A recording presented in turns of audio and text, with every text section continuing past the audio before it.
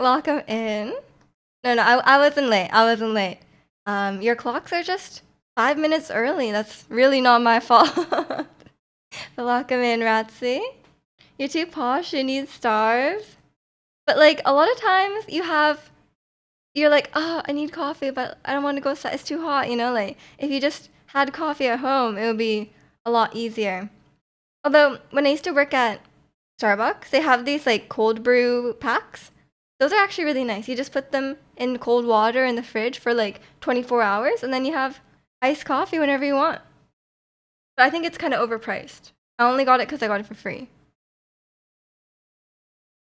And welcome in, Law. I guess I finally saw K-pop Demon Hunters. Was it good? Was it me, Ju? It wasn't me. I didn't see it. I'm sorry. I don't know if I will. I hope it wasn't me. You'll have to check your Netflix history just in case.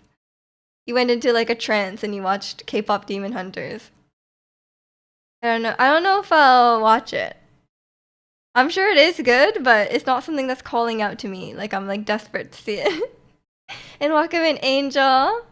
Should we show 'em how we do it every day? Yeah, exactly. You just didn't know we were watching it. You had to look into that. You've been obsessed with iced coffee. I think you can easily make iced coffee at home. Usually how I do it is I put a bunch of ice in the cup. I have like an espresso machine. Nespresso, not espresso. And I just have like I just put a bunch of ice in the cup and I put some milk in the cup and then I just pour some coffee on top and it's really good. It's actually like I'm like that's actually better than Starbucks and it's way cheaper, so I'm happy. And if you really like the syrups from Starbucks, apparently you could just buy the syrup straight up. I don't know how much they cost, but if you just go and you ask them, like, "Hey, can I buy the whatever syrup?" They will give it to you. Fit check for your napalm era. What does that mean? Is that um a song? You still don't know what the K-pop food songs are about. If it's not food, we'll explain when you're older, Ratsy. I would have thought the K-pop Demon Hunters was your type of movie.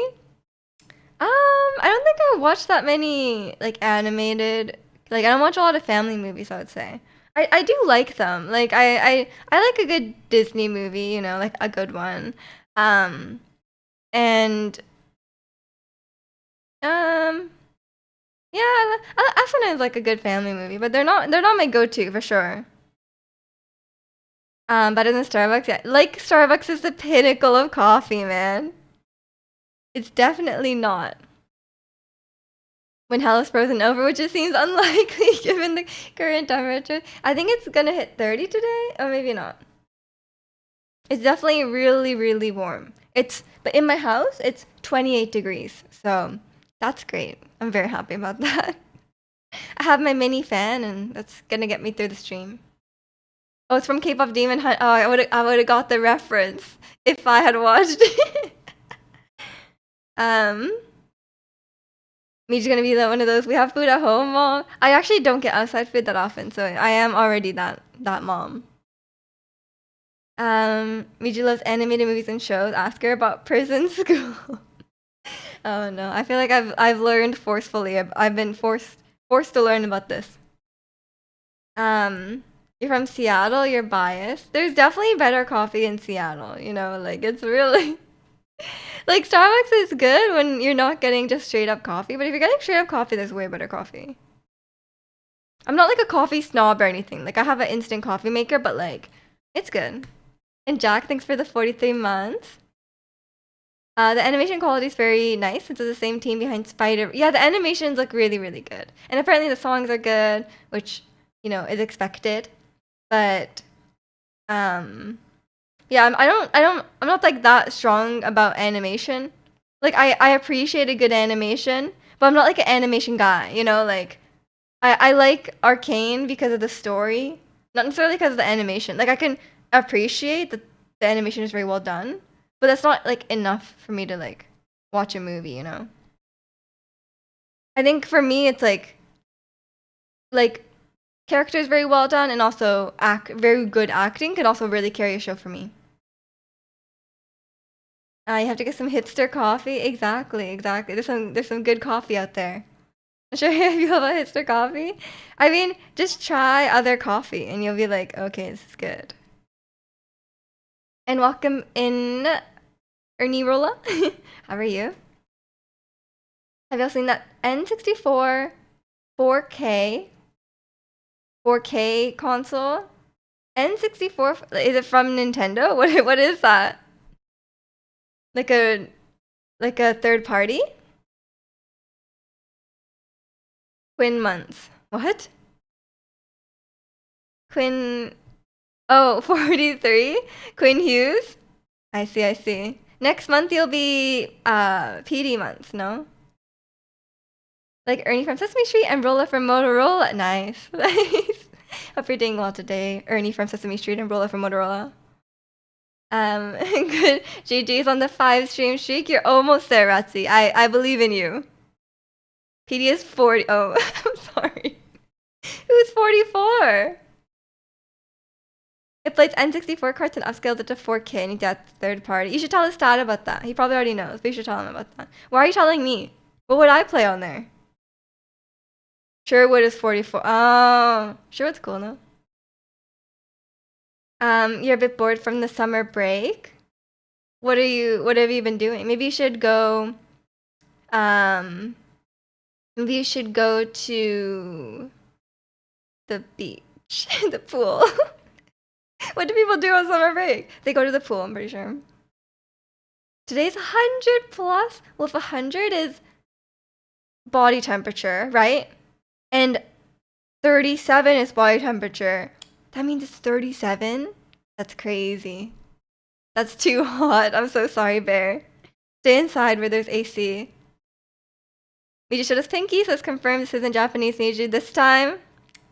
You got the mean one, I'm sorry. Oh, you meant your streak. Oh, okay, I thought you meant the temperature. I just assumed. I was like, it's probably that hot for you. Is the temperature also 100 plus?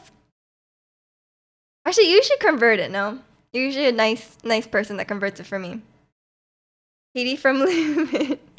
I'm pretty sure Jack has watched the first couple episodes of Severance.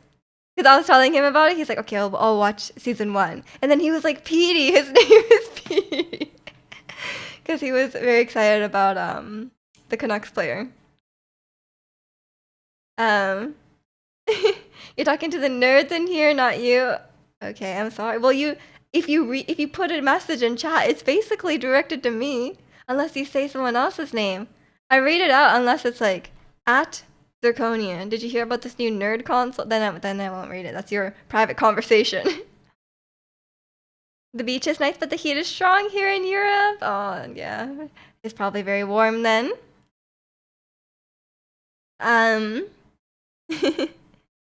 What are you missing history? I guess yeah. You are technically everyone is like catching up. Can catch up to Bear if Bear just misses one stream because it'll just reset back to 0. You know. I don't know if you get some like leeway or something like that, but you know. Hi, today's supposed to be one of 3:39. Yep, checks out. It's been a fairly cool summer, even though I was crying about too hot. Do you thrive in the heat? Where's Jack on the weeb? On the weeb oh, did I not tell you about the weeb levels? I guess Jack was on vacation recently, so I didn't get to update on this. My weeb chart. I think he's just level 1. He really likes Attack on Titan. That probably puts him at level 1. Private combos displayed on there. No, it's very private. No one can see what you're talking about. Feel free to trash talk me behind my back. And welcome in, Juicy. Did you know that Brussels Airport is the largest chocolate outlet in the world? What, the airport? Everyone's buying chocolate there. Is it duty free? You know, like you get tax free at the airport? Maybe that's why. Yeah, welcome in. I've not been to the Brussels airport. You're on a rock solid 2-stream streak. Genshin ruined it again for you. You're not degenning hard. It's summer break. You should be degenning.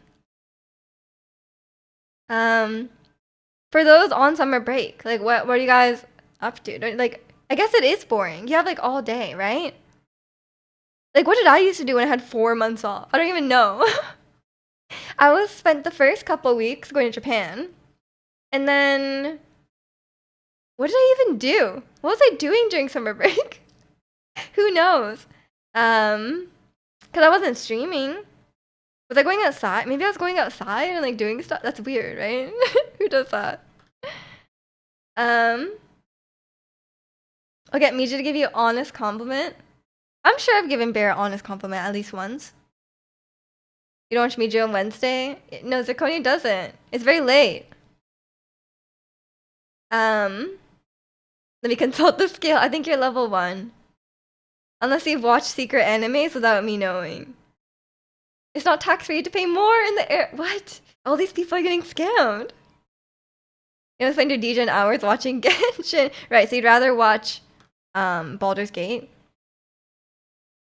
You could DJ even harder and watch us stop play Baldur's Gate. Guys, this media person is weird. Oh, sorry, that's a private convo. I'm so sorry. Why didn't you do anything? Is it enough you're not at work or school? But aren't you bored watching 4 months? Like, I don't know how many, like, I don't know how many, like that's a long time. For us at least. Like, we have 4 months of summer. Just watching Genshin is level 3. I think you've been at some of my Genshin streams, so I have proof. So I guess you're already level 3. Not really a shame point for you. You have to meet all the requirements for the next level. Use your best judgment, or what? Like, have you been watching Hololive in your spare time, or? It's actually an emo Mijag sus. It is. It doesn't get used enough. What do you call a fish wearing a bow tie?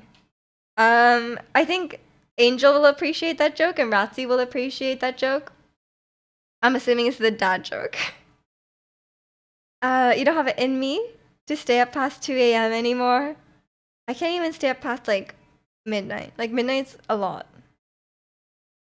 You could do so much gaming in 4 months. Yeah, you already did so much gaming in like 2 weeks.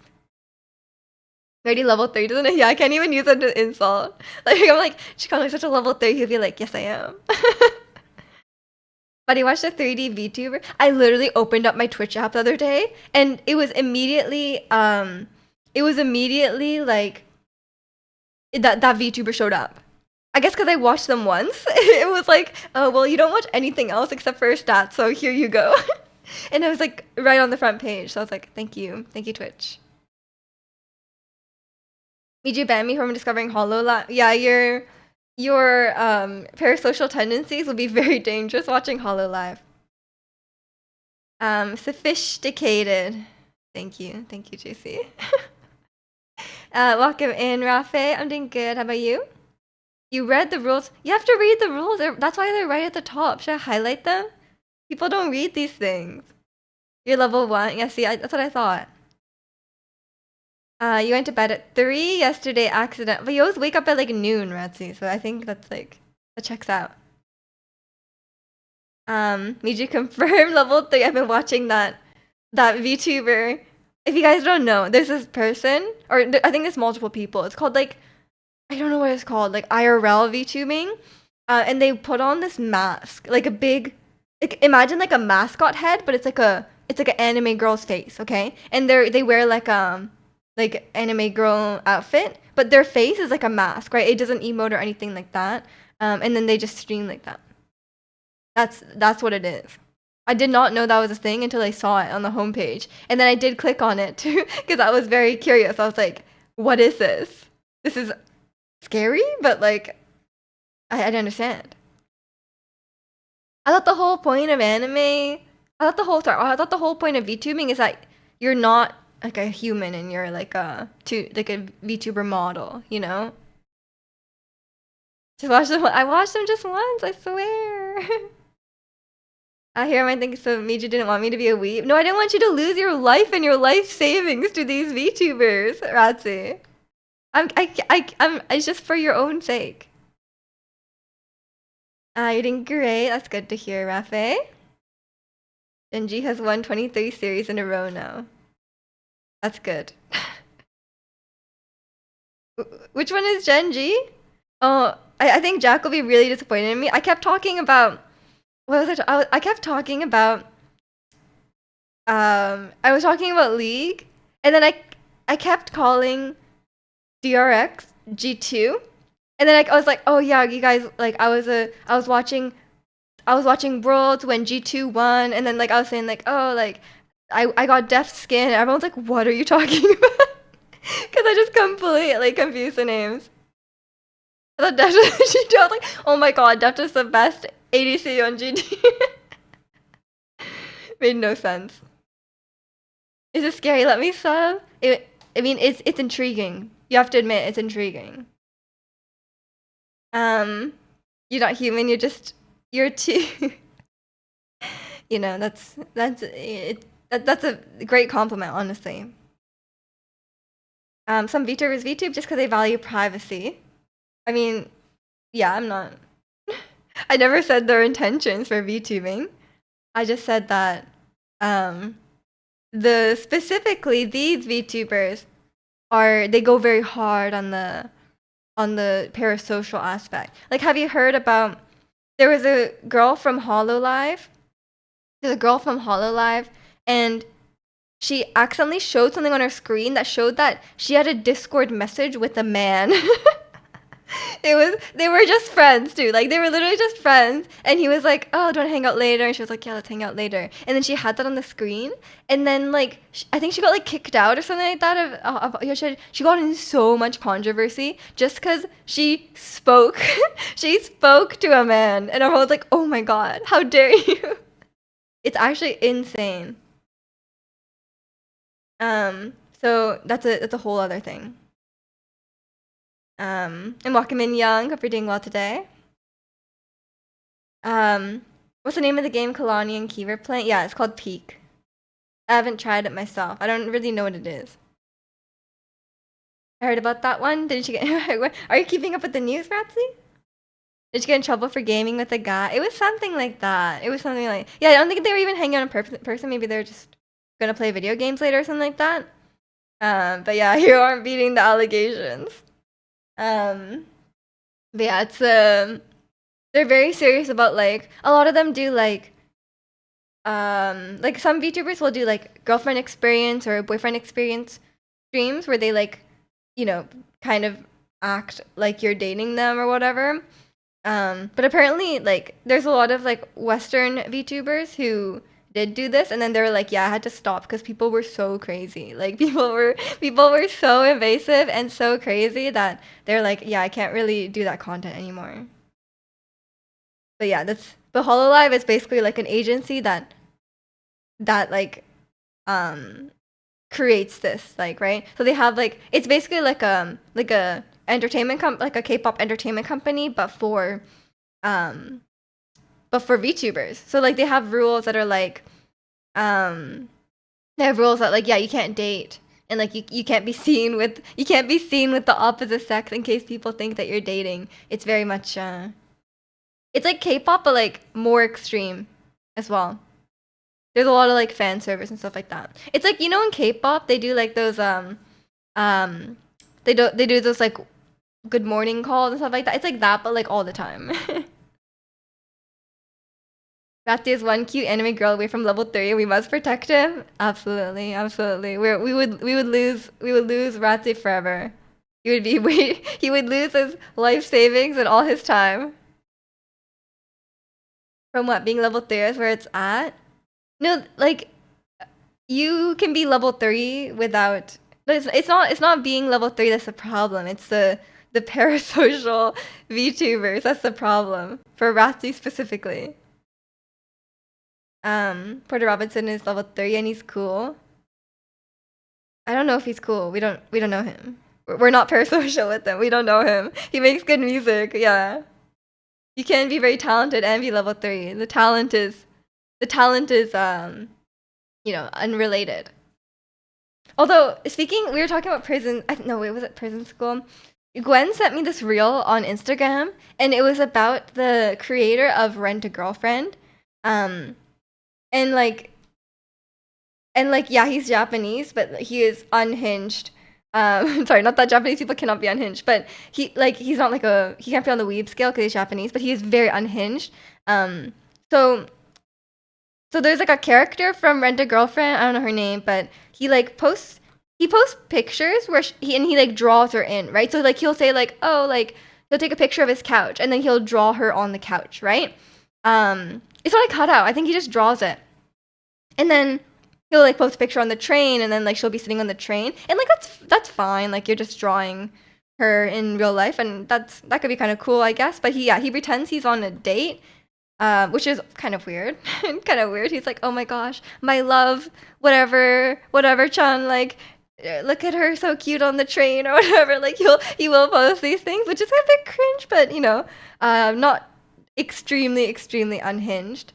And but in the reel, it was revealed that he posted a picture of this anime girl in the shower. He posted it in the shower. Like, I guess she was naked. He drew her naked in the shower, and this is a high school student. And then the caption was like, "Oh, she's gonna be so mad at me for posting this, but she always forgives me." I was like, that's the most insane caption I've ever heard. You posted a picture. You're pretending you're dating this anime girl, and you post her naked without her permission. I guess she's not even a real person, but like, theoretically in their mind, you're posting a picture of her without her permission, and then saying, "Oh, but she'll always forgive me," for literally like posting her without her consent. Like, what the hell? So weird. Maybe it's to rage bait from. I think he actually believes it. And welcome in, Rue. Sorry you had to hear that. But yeah, apparently that's what he did. I was like, that's crazy. That's probably why he doesn't want the main character to be accepted by the girl, because she belongs. Are you saying you're watching it? I don't know the plot, Ricky. I think you're saying you know the plot. Joe forgives me, definitely rage bait. I don't know. It seems like he believes it. No, Ricky, you watching Rent a Girlfriend? Oh my. That's Ricky. You didn't you say what level did you say you were? That's immediate level 3. Rent a Girlfriend is immediate level 3, no? Post a picture without her permission. You know what I mean though? Like if you're going by his logic, right? He's dating this girl, this anime girl, and even if you're role playing that you're dating this girl, why would you post a picture of her naked without her consent? Like, why is that part of the role play? Like, that's what I'm asking. I mean, if that's like following his logic, that makes no sense. I guess maybe he just likes, and at firstly, just drawing her naked is weird. If level 3 is high school DxD, you're not there. Isn't Rent a Girlfriend level 3? I don't think we categorized this. It was definitely brought up when we were making the list, but I don't remember. Like, I don't remember where we decided. I don't think we ever put it somewhere. But I feel like it's level 3. Although I don't know anything about it except for the creator. The creator doing that, like, makes me feel like the content in the anime is level 3. Did you post a list? Yeah, we have a list. You can like, we have a weeb severity chart now, so you can give yourself a weeb level. We need a comprehensive searchable database of all anime and their weeb severity ratings. I think we need to crowdsource this though. What level is Rent a Boyfriend? I don't know if that's an anime. But maybe you guys can work on that. You guys can there'll be some voting on, like, everyone could just vote on which anime is what level or whatever. But I don't know. I don't know enough. I only watched like 3 animes. Apparently, the author of Rent a Girlfriend has another manga that's arguably more stuff. I don't doubt that after hearing about his Twitter shenanigans. It's weird. It's definitely not for kids, but you laughed a lot with it. It's not 18 plus at all, though. Well, I don't know the content, so I cannot judge. But the creator is weird. Um, the anime severity spectrum. It's not really a spectrum though. There's discrete levels. Sure, the anime is about gender equality. Yeah, anime is solely about gender equality. That's what we're on. That's why Chikano loves it so much. Chikano's in his feminist era. He's like, man, I love anime. So much gender equality. If there's rent a girlfriend, there should be rent a boyfriend. Maybe there is. I don't know. I don't know. Chikano, that's your identity now. I've given it to you. You're the feminist guy. That sounds really weird. Not that there's anything wrong with being a feminist guy, but being the feminist guy can sometimes be strange. This is all a charade to get the weed. So you're saying you don't believe that women should have equal rights? That's a that doesn't seem good. Happy International Women's Day binges for you. Come on, don't associate that with it. A quick Google search has Reddit saying there's a fanfic. Well, of course there's a fanfic. I think fanfic. Sorry, no. What I'm trying to say. Rent a boyfriend. You could just play like Love in Deep Space, you know. Sorry, but a new GPU or a PS5 Pro. Probably a new GPU, right? Because a PS5 Pro does not seem very worth. Like back then, when it came out, like everyone was saying that it's really not that different unless you already don't have a PS5. But as someone, if you already have a PS5, I don't think it's worth going for the Pro. But as someone who has a PS5, I don't get a lot of use out of it. Honestly, there hasn't been that many really good. There hasn't been a lot of good exclusives. Like these days, everything's on PC. So I feel like my PS5 was a bit of a waste. With the PS5, you can play GTA 6. Oh, if you really care about GTA, then maybe. But why do you need the Pro? I feel like you'd be fine on the normal one. You never seen it and thought it was weeby? Freerun? I mean, it's an anime. It's already weeby. PS5s are good at collecting dust. Mine is really good at collecting dust. My brother's already scheduled a rental for my PS5 when GTA comes out. He was like, next year in May, I'm gonna need your PS5. I was like, okay, fine. Only game worth getting a PS5 is Final Fantasy VII Part 3. Won't it be on PC though, or does it come on PC like much later? You get a lot of use out of my Xbox between college football and NHL. Because you're like you have the game taste of a college frat bro. Ratsy. Like the only reason I have to get a PS5 at this point is play GTA 6. I mean, yeah, if you really care about GTA, then I would say get a normal PS5. I feel like it's not worth like a normal PS5 is expensive enough that like getting the Pro just to play one game, probably not worth. If I leave my dormer for long enough, you get a spider fights on it. Oh my god. Ernie was like, oh yeah, I'll post a picture of the spiders fighting it. I was just roasting her for having cobwebs on her. But to be fair, honestly, I love Ernie, if you're watching this, I love you, but a bit of a valid roast. He's scared the number one might have performance issues. I guess you could just wait and see. Like there's no rush, right? You can like the early review copies will probably let you know like if the normal PlayStation can run GTA quite well. Is it me you're gonna grind GTA 6? I'm not a GTA guy. And welcome into stat. I think it's gonna take a minute to get Final Fantasy on PC. Okay, so it comes later. Enjoy your lunch, Ricky. Spending 700, 800 bucks on a console is crazy work. The Nintendo Switch 2 is $700 here. Wait, you're making carrot bread right now? No way. Y'all completely dunked on Ernie. It was so funny. It was kind of funny. Everyone's like, why is there so many cobwebs? I don't live in a place that gets cobwebs, but like even when I lived home, I never saw cobwebs like that. Not in like a place that people use, you know, like maybe in like the corner of the crawl space. The Draconian broke the ice and then everyone piled on. Miji can't be a GTA guy, you're a girl. Girls can be GTA guys. But yeah, I have GTA on my PlayStation actually, but I don't play it. I actually tried. I did try. But I never got into it. I thought it was weird.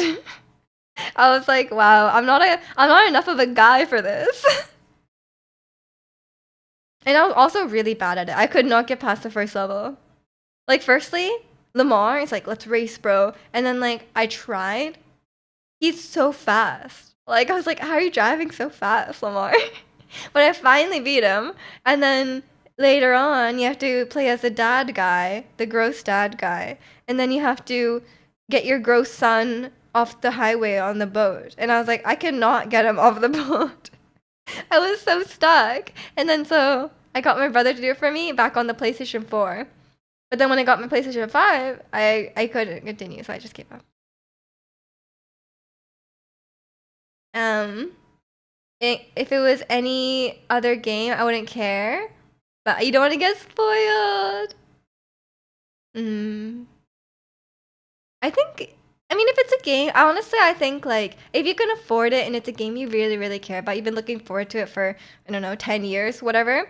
Like I think it's kind of worth, you know, like. But maybe not the pro, like maybe just the normal one. But see what the reviews say. Like if it's really chugging on the normal one, then maybe just go for the pro and then sell it after. I don't know.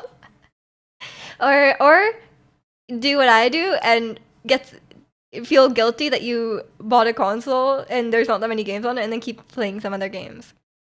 There's some really good PlayStation games if you've never played like God of War, stuff like that. If you like JRPGs, there's a lot of good JRPGs as well. You'd be a GTA girl, Ratzi. It's all about we're breaking down the gender barriers here. Okay, we're all about that now. I can be a GTA guy if I want to, but I don't want to be. Miji probably driving the speed limit in GTA because the way the cars go around the corner is like. It's so hard to drive. Do you guys have this problem on GTA? In the first level, you're driving and you go around the corner and it's like you cannot turn. Like why do the cars control like they're on like an ice rink? Like it's so weird. Don't call Jonah Hill gross. It's bullying. Is he actually Jonah Hill? EV Games or GameStop? I think it's called GameStop. Yeah. Has had such juice for days now, not selling. Honestly. GameStops have been closing everywhere here. There's not that many GameStops left. Didn't GameStop auction off the infamous stapler? Stapler? What? Oh, the one where they stapled the thing to they stapled the receipt and then it scratched the screen. That one. You might if it's there, but not gonna go out of the way to buy. Are you so if they do have them, you're gonna buy one? I guess you like a lot of Nintendo games. There's like Donkey Kong, stuff like that. Major stopping at red lights in GTA. It's important. It's important. We just know how to drive. Apparently I don't know how to drive. I was really struggling. And then people were like, oh, like, you should use the slow motion thing that, what's his name? Franklin? That he has. And I was like, I'm trying, but it's still so hard. I'm just really bad at GTA. I haven't figured out how to play it. The closest GameStop to me is at a What do you mean at a Starbucks? Like, there's a Starbucks. It's like inside the Starbucks, or like they're side by side. GameStops have been closing a lot here. Yeah. No one wants to go to the physical game store. But yeah, welcome in, Ernie, our Spider Queen. Probably the non-bundle one. You don't need Mario Kart. What are you gonna play? Should I use GTA to learn how to drive? Welcome in, Travel. No, it's too hard. I can drive IRL, but I cannot drive in GTA. Switch 2s are 900 CAD here and all sold out. Ugh. I hope they only made a small amount. There's Starbucks in the EV games next door. That would make more sense. A GTA 5 before GTA 6 would be hilarious. Or GTA 5 stream. I don't like GTA. I can appreciate, like, they did a really good job, like, designing, like, the environments and stuff like that. And the, like, you know, like, I think the open world is very well done. But, man, do I hate the story. Like, everyone's so cringe. It's such a, they're such, like, bros, you know? Such a bros story, you know? And I'm not a fan of that. Like, the only man story I like is, like, you know, there's like a dad and he either has a child or he like adopts someone, you know, like, or he like has to take care of someone in an apocalyptic or survival situation, and he's like, oh, he's very stoic and he's very like he's very stoic and he's not a good dad at the start, but then he learns and then they grow closer together. That's the only man story I like. Spider Queen, yeah, that's you. You're gonna play DK. It's actually called Bonanza. I thought it was called Bonanza, but it's Banana. Of all the nicknames I didn't need. Oh, that's what you do. And you decided to leave your PS5 set till it gets cobwebs on it to wash the Oh no. Okay, my music has stopped. Excuse me. You gotta remove the family-friendly tag as well to play GTA. Yeah. I just don't really like the vibes of GTA. You know what I mean? Like I just it doesn't appeal to me. Nothing about it appeals to me except for the open world, which I think is cool. Like if I could just drive around and enjoy the open world, that's fine. GTA is fun. You never played the storyline. I think the storyline is kind of everyone's like a lot of people were like, man, so many the storyline's so good or whatever, but I'm like, is it that good? You probably a lot of people saying that just don't play a lot of story games. Miju, that's The Last of Us. Yeah, it's The Last of Us, it's God of War, and it's Logan. I love it. That's the stories I like. If they just made like The Last of Us, but again, I would watch it. I would play it. I'm about to deep clean my basement, I swear. Did you clean it since you moved in, or? Yeah, I need to bug bomb it first. Yeah, call the exterminator. Gilbert bullied Ernie so bad she's gotta clean up. She should clean. The music stopping was the highlight of the day. YouTube knows. They were trying to save you. Maybe GTA 4 would have been better for me.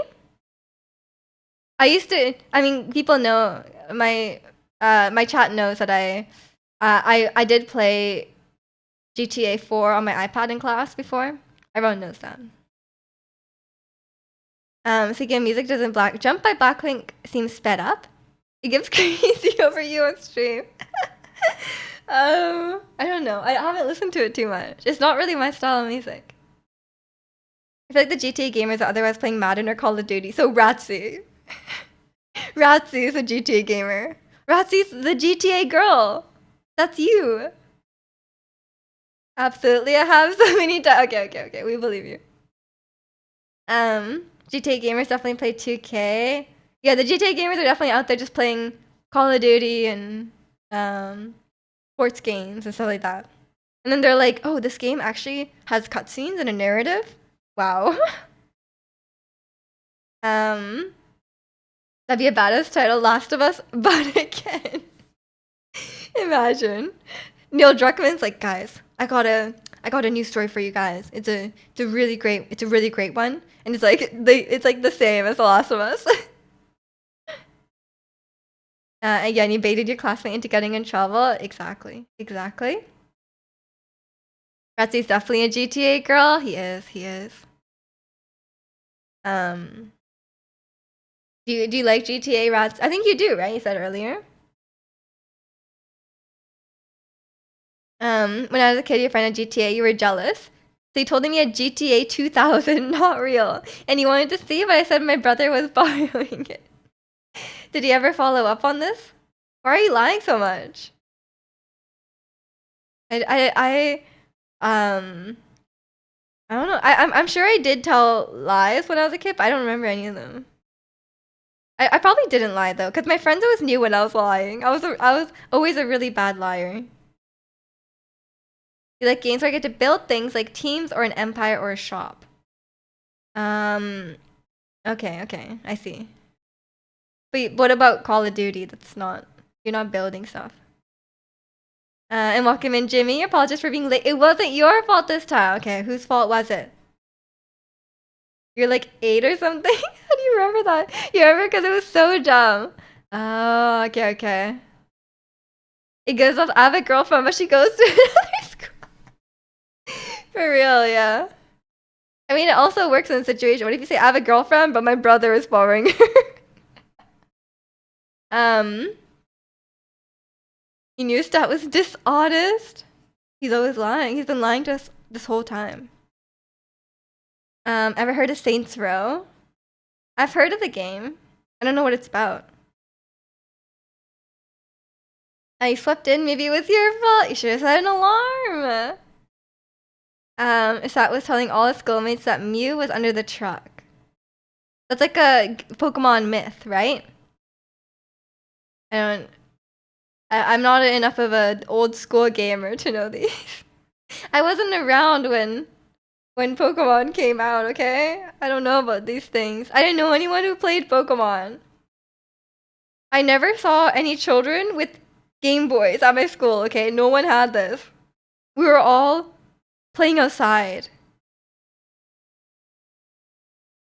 We had 1 year where we liked playing with Pokemon cards, like trading Pokemon cards, but that was it. That was it. There wasn't much gaming going on. The only people I knew who played games, they were playing like NHL and FIFA. Maybe I went to a school of jocks. Maybe we were all just jocks. I don't know. Maybe the people gaming did so in secret. Remember the first time in kindergarten you told a friend you met a guy with the same name as me and they never believed you. Why? Why wouldn't they believe that?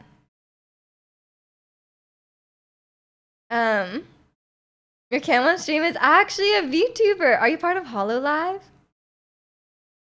You would have set an alarm, but you got a new phone and you forgot, so technically it's the phone's fault. Okay, well if you got a new phone, that's a bit understandable. That's fine. That's fine.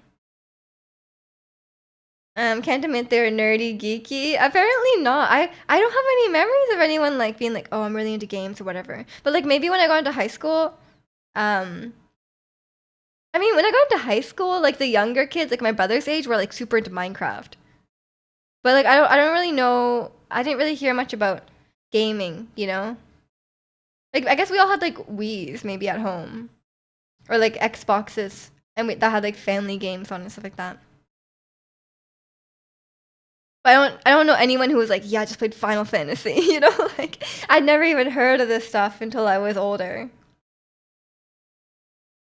And I wasn't in the maybe I just didn't know what they were talking about if they talked about it. Cause like I think I didn't enter any gaming spheres until I was like 2015. It was until like 2015. And then I started watching gaming stuff on YouTube. And then from there probably I became aware of many games. Like aside from the ones that my brother played, I was probably like I probably had never heard of stuff like Final Fantasy or like The Last of Us or like I don't know what's like really well-known games. Like I feel like I would have not heard of them unless my brother only plays like shooting games and stuff. You grew up in peak Pokemania. Yeah, but we're from different generations, you know. Your kindergarten memory is having to write your 8-letter name before "Oh Canada," and you would always miss playtime because it was so long. What? How long were you taking to write your name? You okay? If it started as HoloLive, I was told to avoid it like the plague. Oh no! Apparently different people with the same name was not a concept they understood yet. You were ahead of the curve, Ricky. You were just so much smarter. You're a big Wii bowling gamer. Oh, I was. We had a whole thing of yesterday. I'm very anti Wii bowling. Playing outside, get sunburned, get hurt. Encounter weirdos, become fit and healthy. Yep, okay. Elsewhere, your team video games are bad until you're like 15. Just because that's what my parents said, so I just stuck to it. Oh no. You were like, someone told you they're playing video games, and you're like, oh, you should do something better with your life. Honestly though, some kids are like that, because like it's just what their parents say. Major printing is hard as a kindergartner. I don't know what I was up to in kindergarten. I don't know if I can write my name. You hate Wii bowling because it starts with the Wii. Oh my god, yes. That's why I hated it this whole time. I always thought it was boring. Basically, you're surprised you had friends. I mean, we all did really like questionably cringe things when we were kids, so fair enough. What would be better? Cleaning your room? Then what? Cleaning your room would be good. Welcome in, Con. How are you? Oh, better than gaming? I guess like going outside or something like that. Don't know. Like playing sports, doing homework. I don't know. I don't know what Ernie got up to when she wasn't gaming. I guess I was just like, what would I do before? I mean, like when I was a kid, I would play outside, and then when I reached like 12 or whatever, I probably stopped playing outside. And then yeah, maybe yeah, I liked reading, and I'd probably like hang out with my friends. I guess I probably did that a lot when I was in high school. We would go shopping and stuff like that, and then I got a job when I was like 15 for some extra shopping money. And then I was in band and choir a lot, so I had a lot of like extracurriculars. I did dance class. Yeah, I was doing other stuff. When you're a kid, you gamed and played sports? What sports did you play? Y'all are nerdy LARPers. Well, Ernie is. Now you just come on, Ratsy, go outside. Well, now you do burpees. Your mom used to complain about my gaming. One day she had a discussion with her doctor, and he told kids are better gaming rather than on the streets taking substances. I mean, that's a fair point. That's a fair point. But honestly, it's good. It's good to go outside a little bit. Like I think it's, you know, when you're a kid, it's definitely good to get some fresh air and hang out with your friends and stuff. When you're a kid, you played GTA 2000? No way. What job do I do? I'm a software engineer. You played a lot of football? And didn't you like break your leg or something? Or your arm? Going outside is overrated? Yeah. I mean, I don't go outside much now, so I agree. I side quested, apparently. I had a lot of like fleeting hobbies that I just picked up and then I quit. You got your first console at 19, so you play games at your friends' or cousins' houses? Yeah, same. Played hockey and baseball? No way. You don't LARP, but you play D&D, which is what Chicano considers LARPing. But being really young was already playing video games, yeah. When you're a boy, there's only one Pokemon. His name was Mario. I don't think that's a Pokemon. You've been gaming since 1991. Damn. You're really aging yourself here. What? Wait.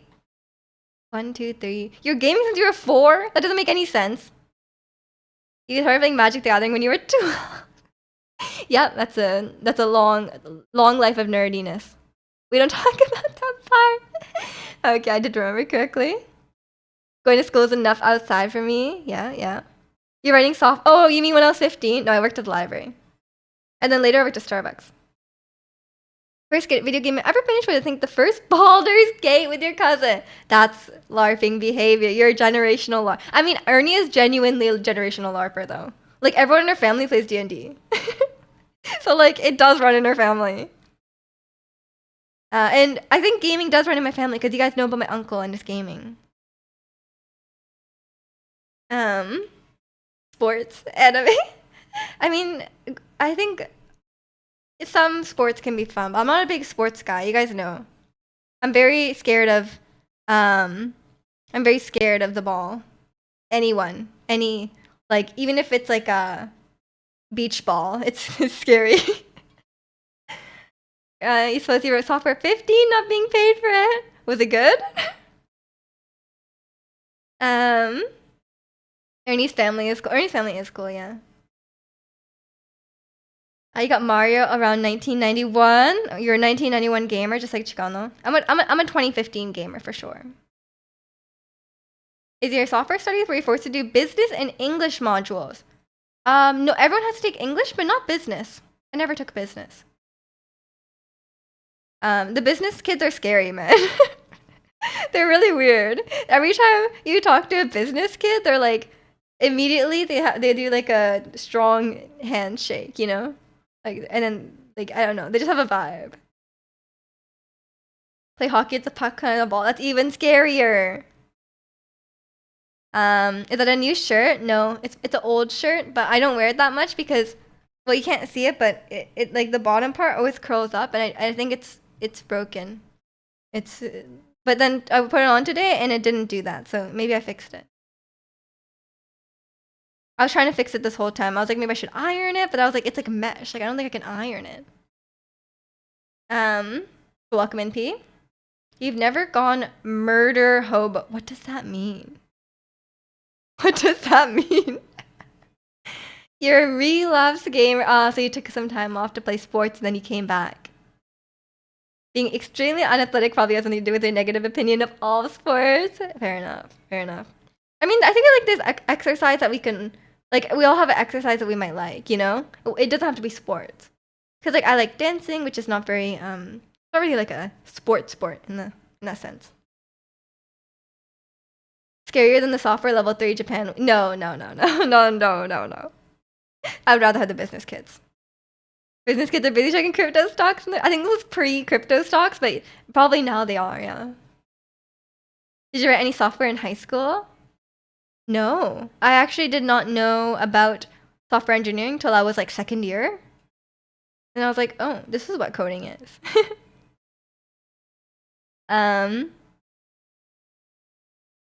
You use starch to keep your shirts from it's not wrinkling for some reason. The bottom part of the shirt, it just like it just like I don't know, it just like shrivels up. It's really weird because it's like a stretchy kind of like mesh material, as you can see. It kind of like just folds up and does weird things. I don't know why. But I'm not a good laundry guy though. I don't own iron. If my shirt gets really wrinkly, I either use a hair dryer or just put it in the clothing dryer. Ernie's never murdered a hobo. Yeah, that's what I was thinking, but I was like, why would she murder a hobo? That doesn't make any sense. That doesn't seem like her style. You're watching Charlie play Resident Evil 2. Yeah, he's on a Resident Evil binge, right? I'm gonna play Resident Evil 4 in October. Cause Gwen, I can't say no to Gwen. We used to play outside. We would fight over a ball, push each other off a hill. Sounds like kid behavior, yeah. Miju's at least a bronze 4 streamer. Wait, what is this ranking in? Bronze. What am I bronze 4 in?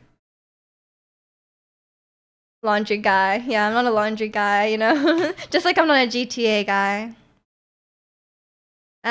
You're a big fan of this Gwen side chick era. Yeah. A hairdryer, how does that work? You wet your shirt. You like not, you don't have to be wearing it. You wet your shirt and then you dry it. You just dry it out. It works quite well. You gotta finish Resident Evil 2 to start Resident Evil 4. I can't. You gotta go in order. Yeah, that's usually how I do it. Or I use my hair straightening iron, but that one's a bit harder because you can't really get it to all parts of the shirt, you know? And it's probably not as safe.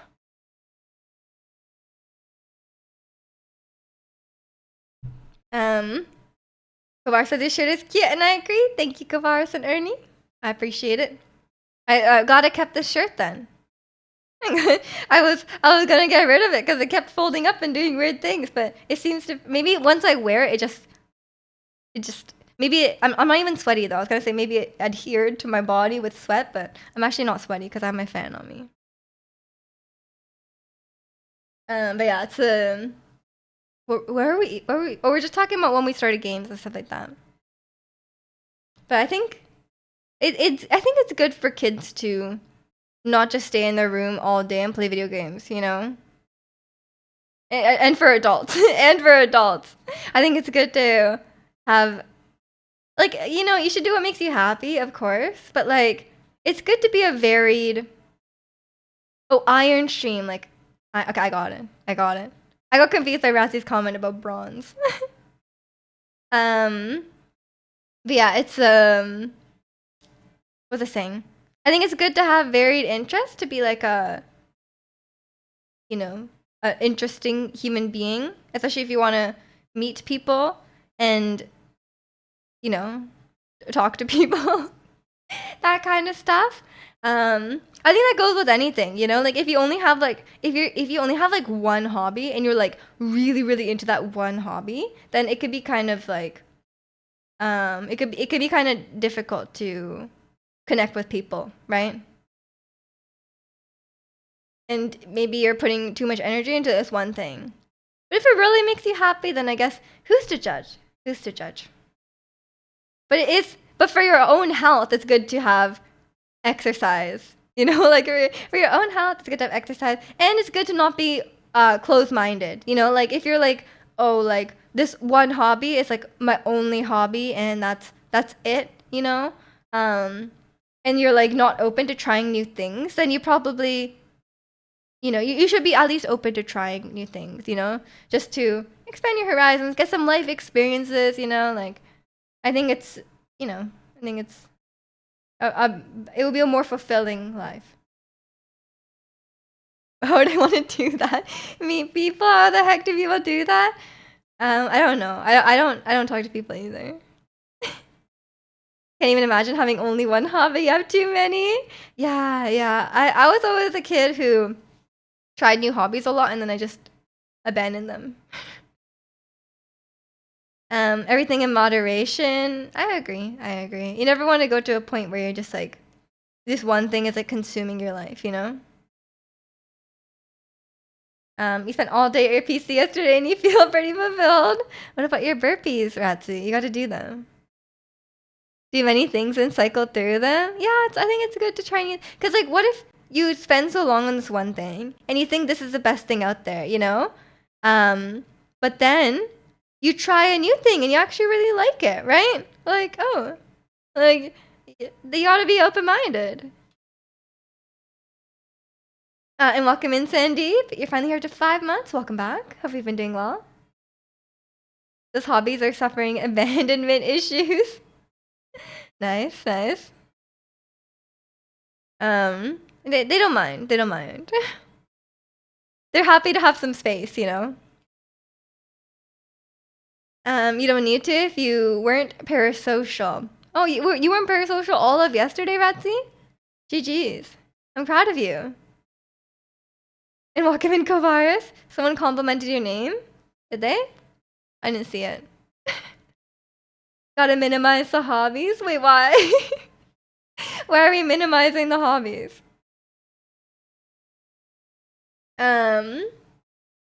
You'll make up for it today. No, don't make up for it today, Ratsy. You don't need to be parasocial all day. You need more hobbies. Oh no. The thing is though, hobbies can be very expensive. You know, that's fair enough. Like, hobbies can be very expensive. And so, like, it depends what your hobbies are. Like, I know a lot of people, you could have a really expensive hobby. Like, what if your hobby's, like, skiing? That's pretty expensive. If your hobby's, like, cars, that's, like, Chicano, that's very expensive. Cars are expensive. If your hobby is collecting antique airplanes, that's very expensive, you know, stuff like that. And welcome in, Sacred. Hope you're doing well today. I think it's good to try different things, but I think it's better to be really good at one thing than okay at a bunch. I don't really think that's true, unless you really need to be good at one thing. Like, if you really find the one thing you want to be good at, then fair enough. But I don't think there's anything wrong with being like doing multiple things mediumly. Like, sure, you should be good at your job, and you should be, but that doesn't necessarily mean you like, I think it depends on the person. Some people would find it really fulfilling to dedicate their life to one particular skill, and becoming really, really good at that. And some people will find it more fulfilling to try a bunch of different things. You plan on finding a girlfriend to unlock more hobbies. You know how you find a girlfriend, Ratzi? You go outside. You have to meet people to meet people. Yeah, you need to discover outside. Your hobby is monster hunting. That's a dangerous hobby. This makes me feel like my hobbies aren't that expensive. I mean, I literally compared it to buying airplanes, Ernie. I know. What are your expensive hobbies? And you're doing okay. That's good. Sacred. I'm doing pretty good. And welcome in, Momo. You have all the expensive hobbies. Oh no, yeah, you like collecting things. Collecting gets very expensive because the hobby is essentially buying things. Your hobby is visiting planets and asteroids. Let me guess. No Man's Sky? Now she's just talking crazy. Outside? Idols equals girlfriend, not... I think Rasty is only going to read the first part of that sentence. I mean, you got really into UV resin. Ooh. It wasn't super cheap. You have a cry cut and spent a lot of vinyl for that. Yeah. I guess crafting can be very expensive depending on the craft. That makes sense. Because it's like physical items. I mean, for me, I would say I like to do like skill. I guess crafting is also skill, but I like to do like skill-based hobbies that don't necessarily require equipment. But like for me, it's like my classes because I do like one-on-one classes. Like Pilates is like one-on-one, is private sessions. It's very expensive. Singing lessons are expensive because it's like one-on-one again. Go outside, bump a baddie's shoulder as you walk. Get her to trip. No, don't trip strangers. Oh no, that is very K-drama though. People are always falling in K-dramas. Like I don't know what they're doing. I'm trying to get into building gunpla. What's that?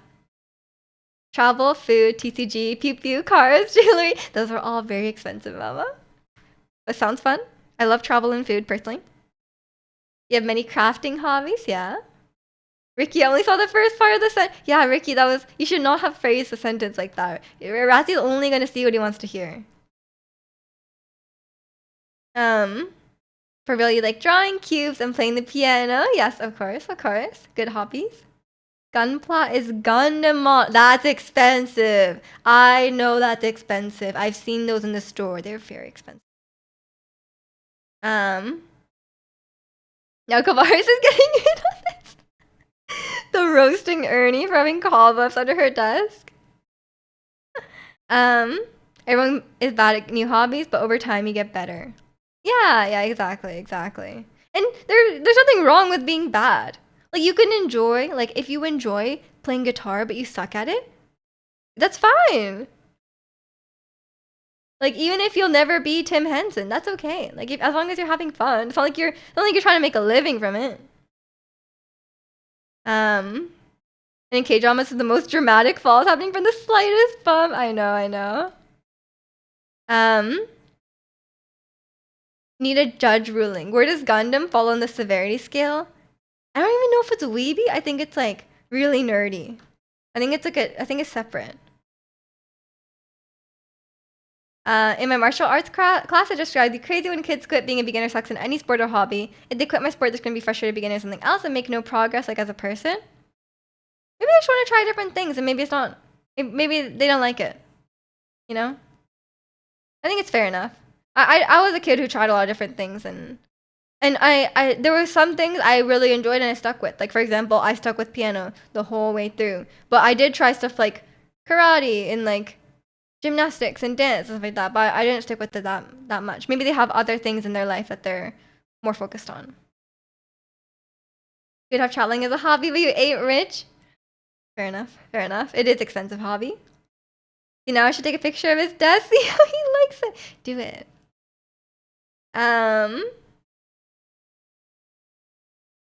Who's Tim Henson? You know Tim Henson, Ratsi. I talk about him all the time. You had more on my desk before I got a new PC, so you don't have a leg to stand. You had more spiders on your desk? You live in a spider den? Like, you guys, clean your basement. Can we get a nerdy skill and a parasocial? I wouldn't even know how to make a parasocial skill. I mean, okay, as a streamer, I've mainly been on the receiving end of it. You know? But I had my fangirl moments when I was younger, so maybe there's some there's some scale, you know? Like maybe like part of the scale is like one, you maybe like, but I feel like that kind of goes, it can go into different categories, I guess. Like I think like one is like sometimes people talk about a streamer or an idol or a celebrity as if they know them, you know, like they were like, oh, like, you know, for example, someone says like, oh, like Sakura would never do that. She hates green peas or something, you know, like so like that's like pretty mildly parasocial because it's like, well, you know, you're like, you don't actually know the person, right? Like you don't actually know the person, but you do know a lot about them from like their stuff they put out or whatever. Or, like you watch a lot of like, their interviews or streams or whatever. That's your fire. I just see Sakura as an example. And then it would probably go much farther to like, and I think Ratsi definitely does that. But like, I think going farther would be like, you're like, well, how would you even take parasocialism farther? Because it kind of just depends, right? I don't know. I think it just depends. The only thing worse than being called a weeb is a weeb caring if people call them a weeb. No, I think you should be ashamed. I think it's you should be ashamed. We clean it, but we need to take measures to cut down the spider population. Like finishing the basement more. Yeah, I guess it's probably, maybe there's maybe a spider family has been growing. People have symbiotic relationship with spiders. They kill other pests and do nothing to harm you. But why does their home have to be like under your monitor? You know, like they can be in the corner of the room, but like why are they under the monitor? And you probably don't want cobwebs everywhere, right? Sakura would never drive blindfolded. She hates green peas. That's so true, Angel. I know you don't know her like I do. She would do that. Level 10 per socials when you get mad. Okay, true, yeah. That's really high up. It's like when you get like actually when you feel like you like own when you feel like your fake relationship in your mind is like real. So then when they actually start dating someone and having their own life, you're like shocked and disappointed, you know, and angry. That's probably too far. But I feel like that's what I was saying. Like I feel like it's different depending on the medium. Because like with idols, you're not necessarily like, I think messaging them would be kind of high, like as if you know them, you know, like I think, because like with streamers it's different because you can talk directly to them a lot of the time. But so like I only have experience from that front. So like I guess like if you have a like messaging an idol as if you know them, maybe is weird, but they might not ever see that, so I don't know. I guess it's just like your own thing, like whether you're doing it. I don't know much about idols to say whether they would or would not do. I just assume they aren't bad people, so they would do good things. I mean, I think most people would do good things. We going back to the weeb scale thing? No, it's not the weeb scale now. We're just talking about her social stuff. It's a place no one goes. Yeah. You can catch hella bugs in your web under a monitor. Okay, then you have that, Chikano. Lisa's saying that rich dude kid, I think, and if I'm knowing anything, is that this dude got handed a comfy CEO job as a Nepo baby. Valid. Yeah, no, I don't think Ratsu, you're at that level where you're about to like have a breakdown and send death threats to Chaewon because she started dating someone. Like, I think we're fine.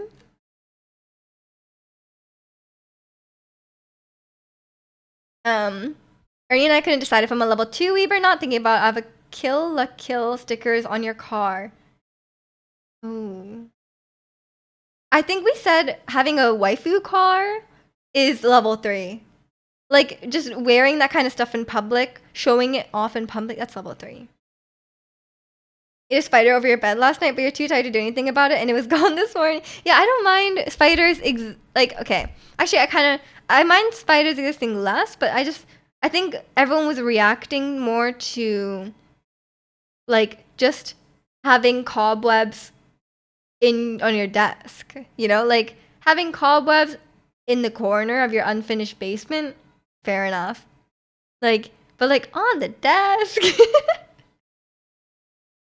once started dating someone. How dare she? Oh my gosh. I think that's parasocial. And I also think it's parasocial too. It's one thing to be like, oh, like I enjoy, like I think it's totally valid to like enjoy watching a stream and enjoy that like community and atmosphere, that kind of stuff like that. So that's fine, but I think when you start like thinking it's real, like that's when it's a problem. Cause like that's usually where I personally draw the line. Like if someone messages me and they are like, you know, thinking we are very close because they talk in the stream or whatever, that's when it's like, okay, like you're a bit misguided here. And welcome in Wang Chu, reading well today. My defense are vinyl outline stickers. The nature of the stickers does not matter. Although maybe it does matter a bit. That's a bit better than like a naked waifu on your car, you know, like that's probably better. You even rank the Wii skill because you're Japanese. Yes, you are exempt if you're Japanese. It is fan servicing. The anime or the stickers? Yeah, that's level 3, Kavaris. I'm very sorry. As the creator of the scale, I will say level 3. What about K-pop stickers on a car? Do I unlock a weeb level? No, that has nothing to do with with weeb levels. That's increasing your parasocial levels, Ratzi. I don't know how the parasocial scale would work, honestly, and I don't know how the nerd scale would work. Cause like, how would you even rank that? Like, I feel like there's so many. I feel like with the nerd thing, it's like if you know, you know, right? Because it's like there's so many things that you can be nerdy about, and I feel like we all have something that we're nerdy about, you know? Like if nerdy is just being like super into something, like and like having some sort of interest, then like then we all have something like that, you know? Ratzi the Koreaboo GTA girl, that's Ratzi. It'd be so funny to. It would have to be funny bumper stickers, but K-pop version. That's just like you're just like an extreme K-pop fan in that situation, I guess. But yeah, I would say I don't know about the parasocial scale. Like I feel like it's just like because like it's one thing to like parasocial relationships aren't inherently bad, right? Like I think we all have parasocial relationships with like your favorite YouTuber or whatever. Like you like their content and you think they're cool, right? And that's totally fine. There's nothing wrong with that. The only problem is when it's affecting your own life. Like if you spend too much time thinking about this person or you have like a lot of like you pretend in your mind that you're like friends with them or like whatever, you spend a lot of time thinking about them or like put a lot of money on them that you don't have or whatever. Or when you like start believing it, you know? It's one thing, it's like you start believing it and then like you reach out. Like I'll like if I like send a message to like I don't know, PewDiePie. I couldn't think of a YouTuber, I'm sorry. You send a message to PewDiePie, you're like, hey bro, I'm in Tokyo, wanna hang out, you know, like whatever. Or like you say things to them like as if you're friends, but you're not friends. Time to reactivate your Duolingo account so you can visit the greatest country in the world and enjoy the supreme culture. White people don't understand. So true, Kavaris. I understand you. Don't. There are many dimensions to being a nerd. Exactly. It'd be hard to make a scale. I'm a 0 on the parasocial scale. Right, Ratsi. Right. Didn't you say you sent a message to Sakura saying like, "Oh, don't worry about the hate" or something? What was it? I want a freaking Sephiroth on my car. Well, I have a waifu when you have a husband. That'd be a pretty sick car. I can get behind that. You like me? Use content, but I don't think she's cool. Well, you've avoided the parasocial aspect from me. Congrats. Congrats, Ratsu. Uh, uh, yeah, it's. Oh, I think my music stopped again. Come on, they keep. Chicano keeps willing my music to stop for some reason. We gotta not. Yeah, it's. I guess if you don't think I'm cool, then you are past the parasocialism. Um, the Seraphim was getting hate for Coachella, so I sent a supported DM like a normal person would do. That is not what a normal person would do. I'm sorry, Ratsi. I've never once sent a message to a celebrity. Like they have. I'm sure they have people in their lives that are supporting them. You know. I mean, I think it's one thing for like a public comment. Like I don't know. Where do you draw the line? I do think it's weird when people are like. Do you ever go to like like I think a DM maybe is too far. Um, but like what am I trying to say? You never see those like Instagram girl or like a K-pop idol or whatever has a picture, and then in the comments it will be like, Wanyang, you're so beautiful. When will you come to my country? Or like they're like, Wanyang, you have grown to be such a beautiful, like they're talking like directly to her. You know, like I'm like, that's weird, isn't it? Like that's really weird. But like people do that to like everyone, you know? Like I'm not Instagram famous at all, and like people would say that to me, you know? And it's like I guess they're just being creepy, but the other people are being creepy and parasocial, you know? Because I'm like, Wan Young doesn't know you. Like why are you talking to her like that? It's so weird, right? It's just weird. Um, to sneak some ice cream on that plate, never in Chicano. There's already enough weebs in here. DM and normal person in the context don't go together.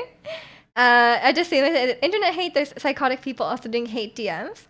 I mean that's true, but those people are also weird. But not in a like you're being nice, of course. Like you're not being like hateful or anything like that. But I don't think because other people, just because other people are sending DMs, like I don't think you should align yourself with that. Um, it's interesting now that you pointed out. Yeah, I don't think it's ever occurred to me to try to reach out to a celebrity. Yeah, exactly. That's what I mean. Like, I think there's some parasocial aspect of it if it if you think in your mind that, oh, like this person I don't know, this celebrity I don't know is getting hate. I should defend her, right? Like I was like, oh, I should defend her. I should let her know that I'm supporting her, stuff like that. And like I think in that situation, it is a bit parasocial because like what is even the best way to describe it? Like it's more like okay, the celebrity doesn't know you and they I'm sure they care about you in a way they would care about a stranger, but they wouldn't feel the same way, right?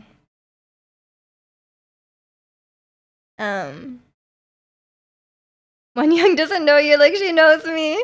That's true. That's true. I wish people would stop being parasocial with all your celebrity friends. I know. Like people should stop being parasocial to Wan Young because clearly she only cares about me.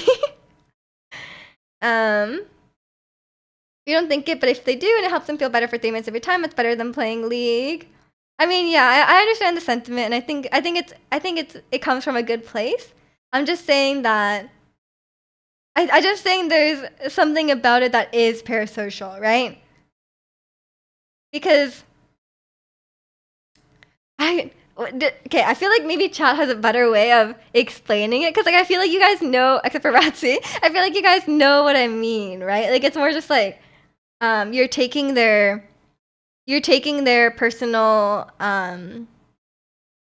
like you're taking their emotional state and like and stuff into your like you're worrying about them as a person and their emotional state, but you don't know them, right? Like you really don't know them, and the fact that you're worrying about that is definitely a little bit parasocial. Cause like, you know, maybe it's like defending them like you know them personally. Exactly. Cause like they do have people in their lives that they can turn to for support, right? And it's not their fans, right?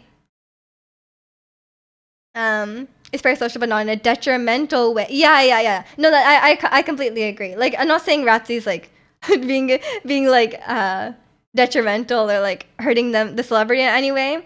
Yeah, it comes from a nice place. It comes from a nice place, and it doesn't seem like Ratsy's expecting a response in this situation. But yeah, I think if you expect a response, that's definitely parasocial. You know.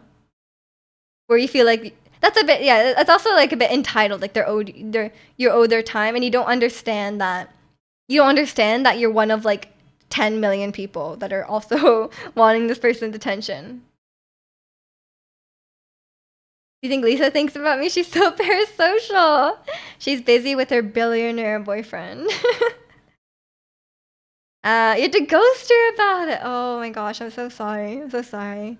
Just blowing up your phone like, stop, I need to play GTA 2000. I love GTA. GTA 2000? That sounds real. Was it in the year 2000? Maybe I'm gullible, but I would believe that. If that was like, I'm gonna stream GTA 2000 today, I'd be like, oh, okay. Like, I guess it's some old GTA game. I saw the people who paid to do the meet and greet with XG and they seem pretty happy. I mean, yeah, fair enough.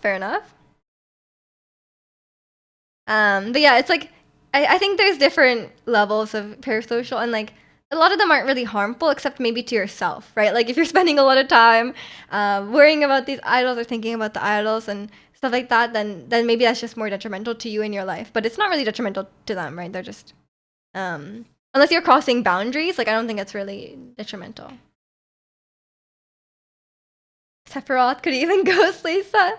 Lisa would love Sephiroth. When I was a kid, you played a lot of SimCity 2000, so I think that's where I got it from. That's real. Okay. That sounds fake too, though, in my mind. I think I'm gonna finish Kazan today. Is it good?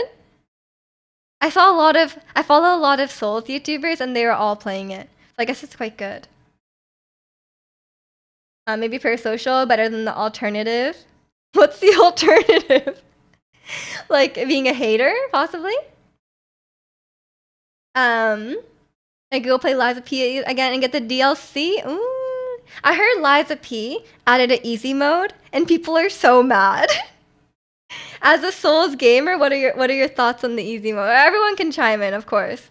But I saw, and I was like looking on Reddit to see like why are they upset, and so many people are like, oh, but it, there's a couple explanations. One, a bit more valid, that they're worried that like the amount of dev time that it takes to balance the easy mode takes away from the rest of the game. Maybe, but like I don't think it's that I don't think that's that like a big of a concern, you know? It probably doesn't take that long to do an easy mode. And two, some people are saying that like it takes away from the achievement of beating the game. So that's more, I feel like that's like a ego argument, you know? It's like saying like, oh, like other people, like if I say I beat Liza P, it doesn't seem as impressive because now there's an easy mode or whatever. And I'm like, get over yourself. Like if you're you know, like if you're over the if your biggest achievement is like beating Kazan on when there's no easy mode, like maybe you should get more achievements in your life. um It's very good. The bosses are cool. The combat is fluid. Oh, okay. I do like a good. I'm busy with Night Rain, I guess though.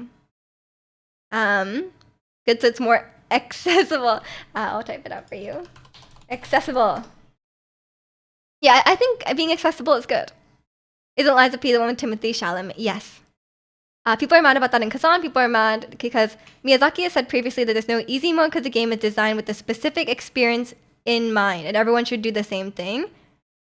I actually really, no offense to Miyazaki, he does great, he makes great games, but I completely disagree with that because like take me and Kovaris, right? If we play Kazan on the same difficulty, we are having vastly different experiences, right? Like we might fight the first boss and it's like, oh, it's a hard first boss. And like, let's say it takes Kovaris like an hour, okay? And it's like, wow, that was a hard boss. But I'm starting in a different place, you know? And it takes me 5 hours, you know? Like we are not having the same experience. So I think, I really don't agree with that. Cause like, if I were to lower the difficulty, I would be lowering it, and a lot of people wouldn't be lowering the difficulty to make it easy, right? Like people would be lowering it to make it an appropriate level of challenge for them, right? Because we're all starting at different places. So I completely disagree with that. And like, so what if someone wants to make it easy? If Kovaris wants to play easy mode and like beat every boss first try, like that, so what? Like no one can, it doesn't matter. It's just a game, exactly. And it's a single player game too. It's not like you're like fighting anyone. You have to explain hate, provide a valid reason, not just jump on the hate train for fun. I mean, yeah, I wouldn't do that. If someone wants to experience a fight and not spend 13 hours on a boss like Melania, imagine being that bad at the game. More power to them. I mean, yeah, it's their own choice how they want to play the game. And I completely disagree with the theory that like, oh, everyone will have the same experience if it's the same difficulty, because that is not true at all. Good job being better than me. True with this example. I have not beat Melania myself, so I cannot attest. I think I'm not gonna play a single player game for a while. Trying to do something and play like 4 different Monster Hunters, each which is 150 hours. Oh my god, Ricky, good luck. Good luck. See you in 3 years. I've never been a Souls elitist. I want you to experience the story and the playstyle. If you need a more lower difficulty to experience everything that's reasonable. Yeah, exactly. And like not everyone has infinite time. Like what if someone's busy? You know, they don't want to spend 13 hours on Melania. That's completely valid. Just do Baldur's Gate 3 where you platinum the 2 platinum game, you have to do hard mode. I mean, yeah, sure, give an achievement for the people who want to play on harder difficulty. That's totally fine. But like having a lower difficulty to fine-tune your experience, I think that's totally valid. You need help with Melania, here Kovaris can be. I never fought Melania. But I did beat Elden Ring, so say what you will, the game was, despite not having an easy mode, the game was easier to beat for me. I thought the difficulty was okay. Like I did use like spirit summons and I had a really good build. But yeah, if someone, and like not everyone, and also like I feel like speaking of accessibility, not everyone can use a controller like very well. Like not everyone can press buttons very fast. Not everyone has the same reaction speeds. Like that's and like it. Some people may not even be physically able to get good. So like that's another thing. If you learn to dodge waterfowl dance, you can beat us. A big thing. Yeah, that's a big ask. That's a big ask. What happened to just get good? I mean, you have to get good. That's still true. You still have to improve at the game. I'm just saying everyone starts at different points, right? Like if there was a single player Street Fighter game, for example, and we played at the same difficulty, like you're gonna have a completely different experience than it does to me, right? Or than I would. And that's fine, right? Like obviously like some people are better at the game than others, but maybe for me the normal difficulty because I'm new to the game would take too long to be reasonably possible, like to be reasonable for me to beat the game. But maybe, and I think also like Also, like, I think it's fine. Like, for example, in Baldur's Gate, I played at the lower difficulty at the start, and I think Zirconian did this too. And like, you played the lower difficulty too. Especially if you're new to that type of game, you play it to get a handle on things, to understand, and then if you want to, you can go back for. Well, now that you're better at the game, you can go back for a better challenge, rather than just getting stuck at a wall, right? Like, that's another thing, right? That's another thing, because like, for example, I played Dark Souls 3. I was stuck at the first boss for 3 hours. That's a lot. That's a really, really big barrier to entry, right? If I could have played the game through at a lower difficulty, the first boss probably would have taken me still like an hour to beat, and that is a lot for the first boss. And at that point, I kind of just gave up any hope of beating the game, because I was like, well, I don't think I can reasonably beat this game. It's probably gonna take me like hours and hours to beat every boss, right? So it's like it's not even worth my time. Like, it's like that is so much time spent into playing this game that like I don't really want to, right? Like, come on. You'd say I'm above average at Souls games, but not in the upper echelon. I don't know about this with the 13-hour melee. No, I'm kidding. I think some bosses vibe better with some people than others too. I think some bosses vibe better with others too. Like, I think some people are better at certain types of bosses than others. Like, I love bosses with like big heavy weapons. Like, I like Godric. I like Godfrey. Stuff like that. But I have a hard time with like fast bosses that like kind of move around a lot. Like, for example, like Malekith was really hard for me. Like, can you be better at Souls? Like, you dive and heal better. I think they just have really good timing. Yeah, I think they're just really good at time. Like, some people just like don't get hit very much, or they do like more advanced strats. Like, they'll jump over certain attacks, or have really good positioning and just like strafe around many attacks. There's a lot of bosses where you can just kind of like circle around them, and like you kind of can avoid their attacks like that way. And that's better than dodging, because like it won't use stamina, and it won't use like, you can still attack in that time. So I killed Millennium much faster than I did, but there's been bosses that are big bad in the community that you had no issues. Yeah, I think it just depends. Like, some people, like maybe Waterfall will just give me a really hard time. All about playstyle and practice, which is why Souls likes are not for you. Yeah, fair enough. It's a very personal experience. Yeah. Dark Souls 3 Udic Skundir. Yes, my nemesis. Go on. I streamed the first time I played. I think I have a video about it. It took me like 60 or 70 tries to beat this guy. I never played a Souls game though, to be fair. I never played a Souls game. I did not know what I was getting into. And it was such a big barrier to entry. Like, just the first boss was so hard, right? And I think like Elden Ring was probably a much better entry level experience. I don't think Elden Ring was out yet.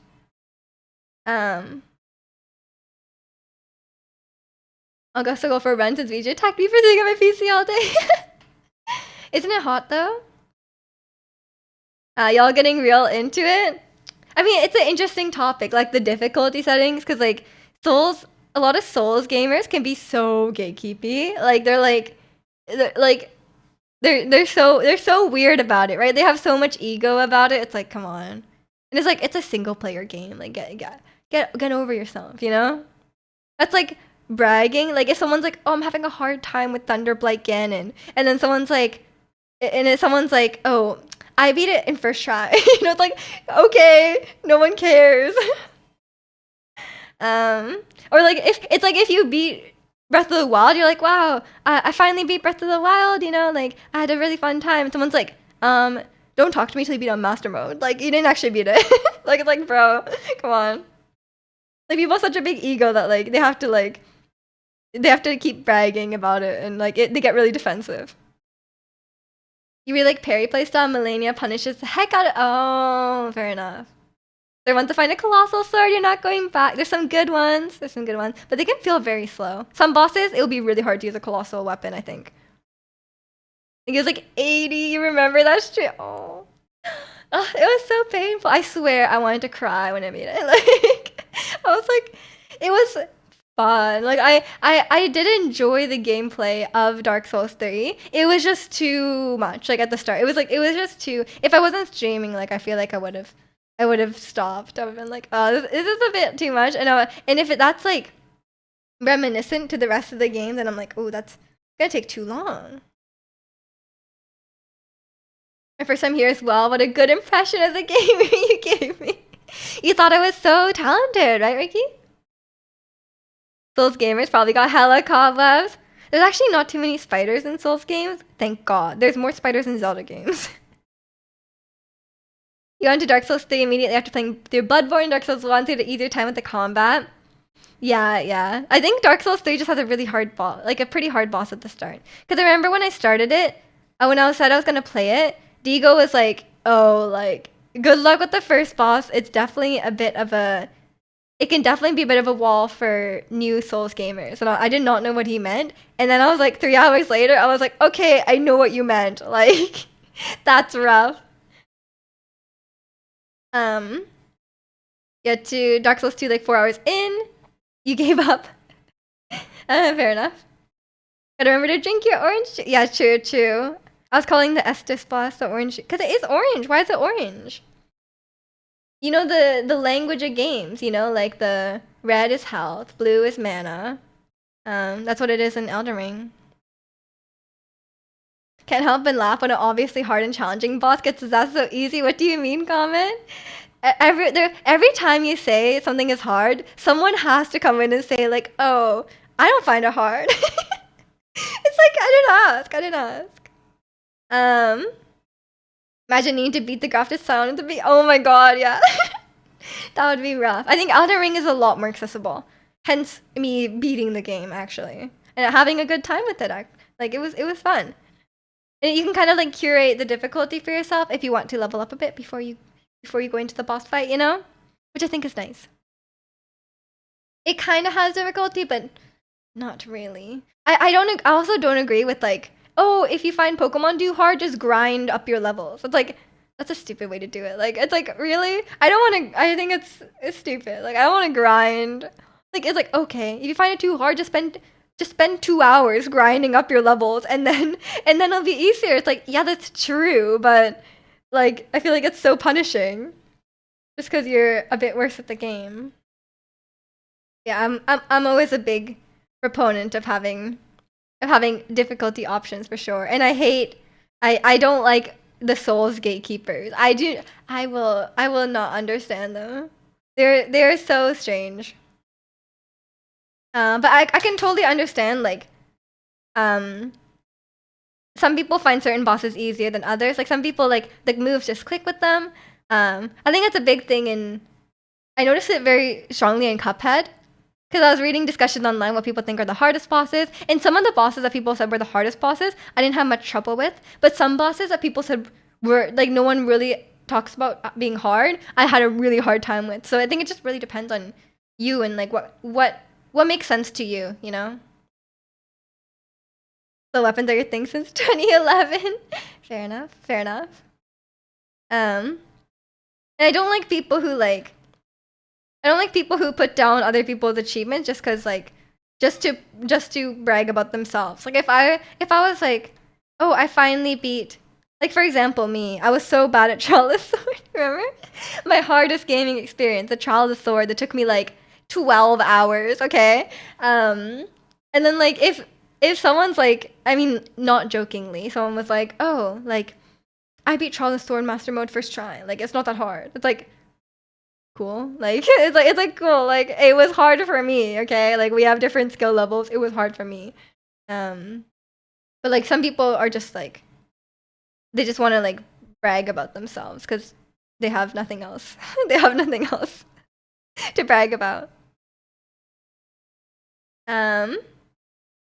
You went to Bloodborne at your best friend's, your roommate's behest. And he spent all this time waiting for me to fight Vicar Amelia because he thought it was such a hard boss and I beat her on my first try and he got upset. No, like legit, man. He was like, really, dude? I mean, that's understandable. Like Ornstein Smo in Dark Souls 1 is generally considered an easy fight and it took me hours. I don't like duo fights. I have a hard time keeping track of my surroundings and duo fights are my nemesis. Tell your friend to get good. Chicano demonstrating the behavior. No. Chicano likes to talk mad smack, but when it comes down to it, he's never once insulted me seriously about my or like he's never degraded my achievements or whatever in a game. Like if I took forever beating Child of the Sword, like he was genuinely proud of me at the end, even if he does say mean things.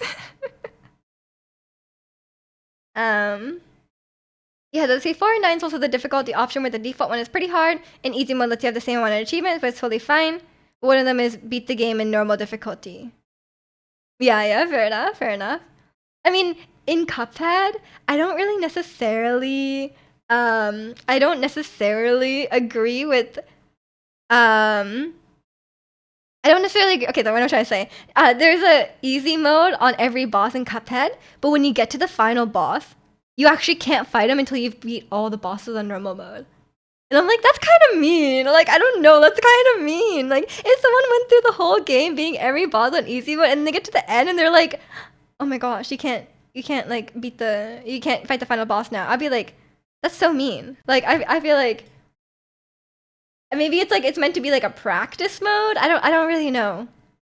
But I don't know if the game ever tells you that you can't get the thing. I just wanted to play an easy everyone playing Cuphead for the story, Angel. You know the story. I mean, there is somewhat of the story, but not really. Hey, any boss where the camera is the other boss? Yes.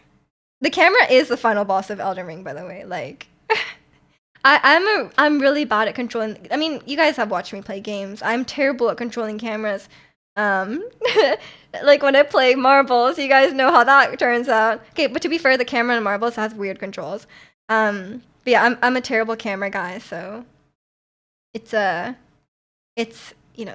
out there. But yeah, I like Elden. I think if Elden Ring didn't have the camera lock on like that, though, I wouldn't be able to play it at all. Because any boss where you can't lock on properly, I cannot play unlocked. That's the best sum up of Chicano I've ever heard. Thank you. I mean, you being lousy is expected, so when you prevail, I'm proud. Thank you. A compliment and an insult together. The deep lore of Cuphead. Yeah, you know? What's in the cups?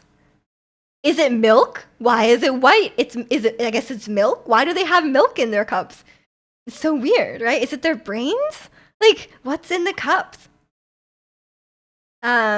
Regarding the Miyazaki thing before about making a specific experience, why don't they name their difficulty settings easy and optimal and recommended or something and put a disclaimer about it? I think he's just gatekeepy. I think he's just very set on his like artistic vision and he will not deviate from it. And I think also at this point, if they added an easy mode to Elden Ring, there would be like a riot. Like there would be such a riot about it. Like it would be like not worth the headache. I'm pretty sure. Cause like Liza P got so much backlash from some people about it, and like Liza P is nowhere near the same like cult level as FromSoft, right? Most of the games have implemented an easier difficulty called a story mode. They don't want to sound condescending by calling it easy. Yeah, I like a good story mode. Because like some games I do want to play for the story, I don't really care. And welcome in Harris, if you're doing well today. He started Expedition 33 recently, and the camera is so annoying. They have a setting in the menu to reduce the camera movement, and they have a note saying like, recommend keeping it on because it'll help with the mechanics. You can turn it off if it's bugging you.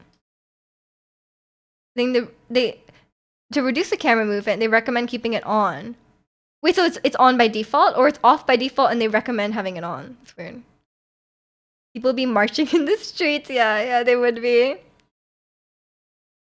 You think Baldur's Gate has bigger aura than Liza P? In what way? I feel like Liza P has some good aura. I guess. I don't know. It's pretty stylish, if that's what you mean, you know? Okay. I really have to go to the bathroom. I'll be right back. I was thinking that for the last like 20 minutes, but I didn't have a good time to step away because I was too busy yapping. Okay. Enjoy the Malamar. I'll be right back.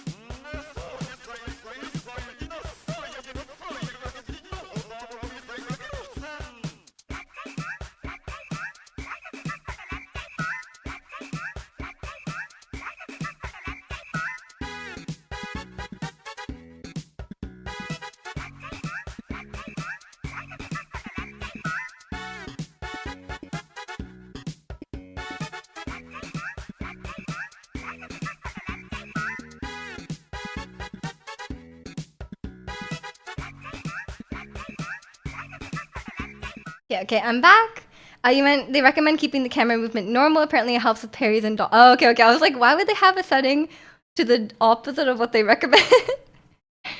Every time you launch a game, you look into settings to see if I can turn off motion blur and screen shake. Your old man with sensitive eyes. Yeah, fair enough. Some games do make me feel a bit dizzy, so I do try to manage. I hate games where when you're walking, it just like some games where it's walking, it just goes like this, and you're like, can it not? Why?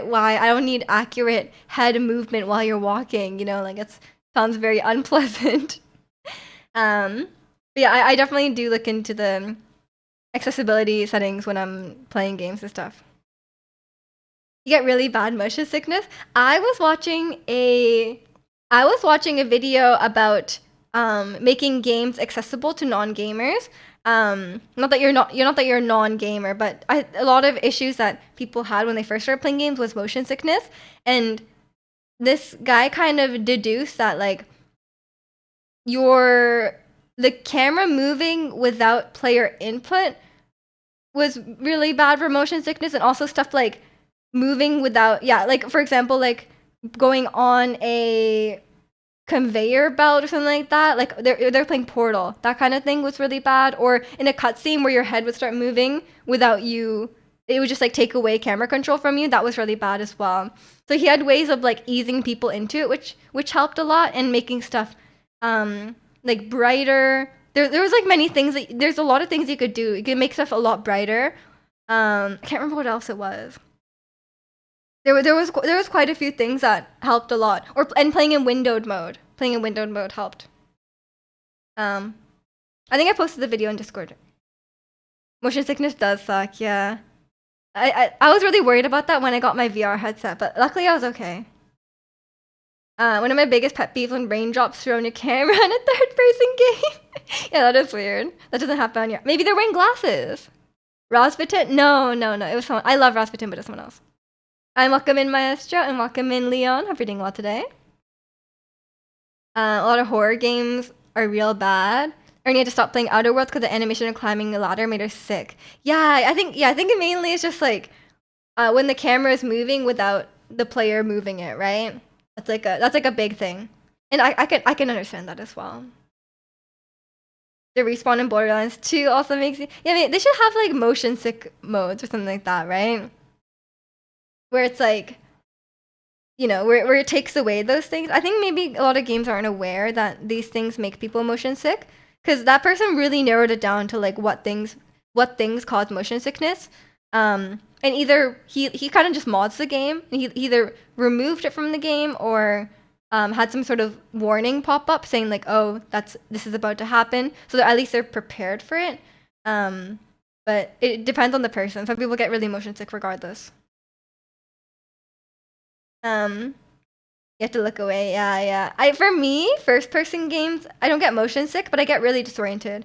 I have no idea what's going on. Like I always lose track of my surroundings. Like I get to the point where I'm like, I don't even know where the floor is, and I don't know where the sky is. Like I'm confused. But it kind of just depends on the... Like it kind of depends on the game. And one thing that guy pointed out was that like when the floor disappears, like if there's like uneven ground and the floor leaves the frame of view, it can be really disorienting to people. Like they just start being confused about where they are. So like a lot of people saying, yeah, and then they're saying like, oh, you should look at the ground. And I was like, oh, well, I don't think I look at the ground. Are you guys all looking at the ground? And then like people, yeah, I think like Ricky was like, yeah, I look at the ground. And I'm like, I guess people playing first-person games are so used to it that they're just like, they just keep like glancing down at the ground while they're walking, right? And I'm like, oh, I don't do that. That's probably why, right? I just never did that. I was like, oh, let me just look straight forward, right? I'm just gonna see where I'm gonna go, right? It just didn't occur to me. And I was thinking about like, I was playing Minecraft like in the last like couple months, and I have a really hard time. Like if I'm walking and there's like a block in the way, I won't even see it, right?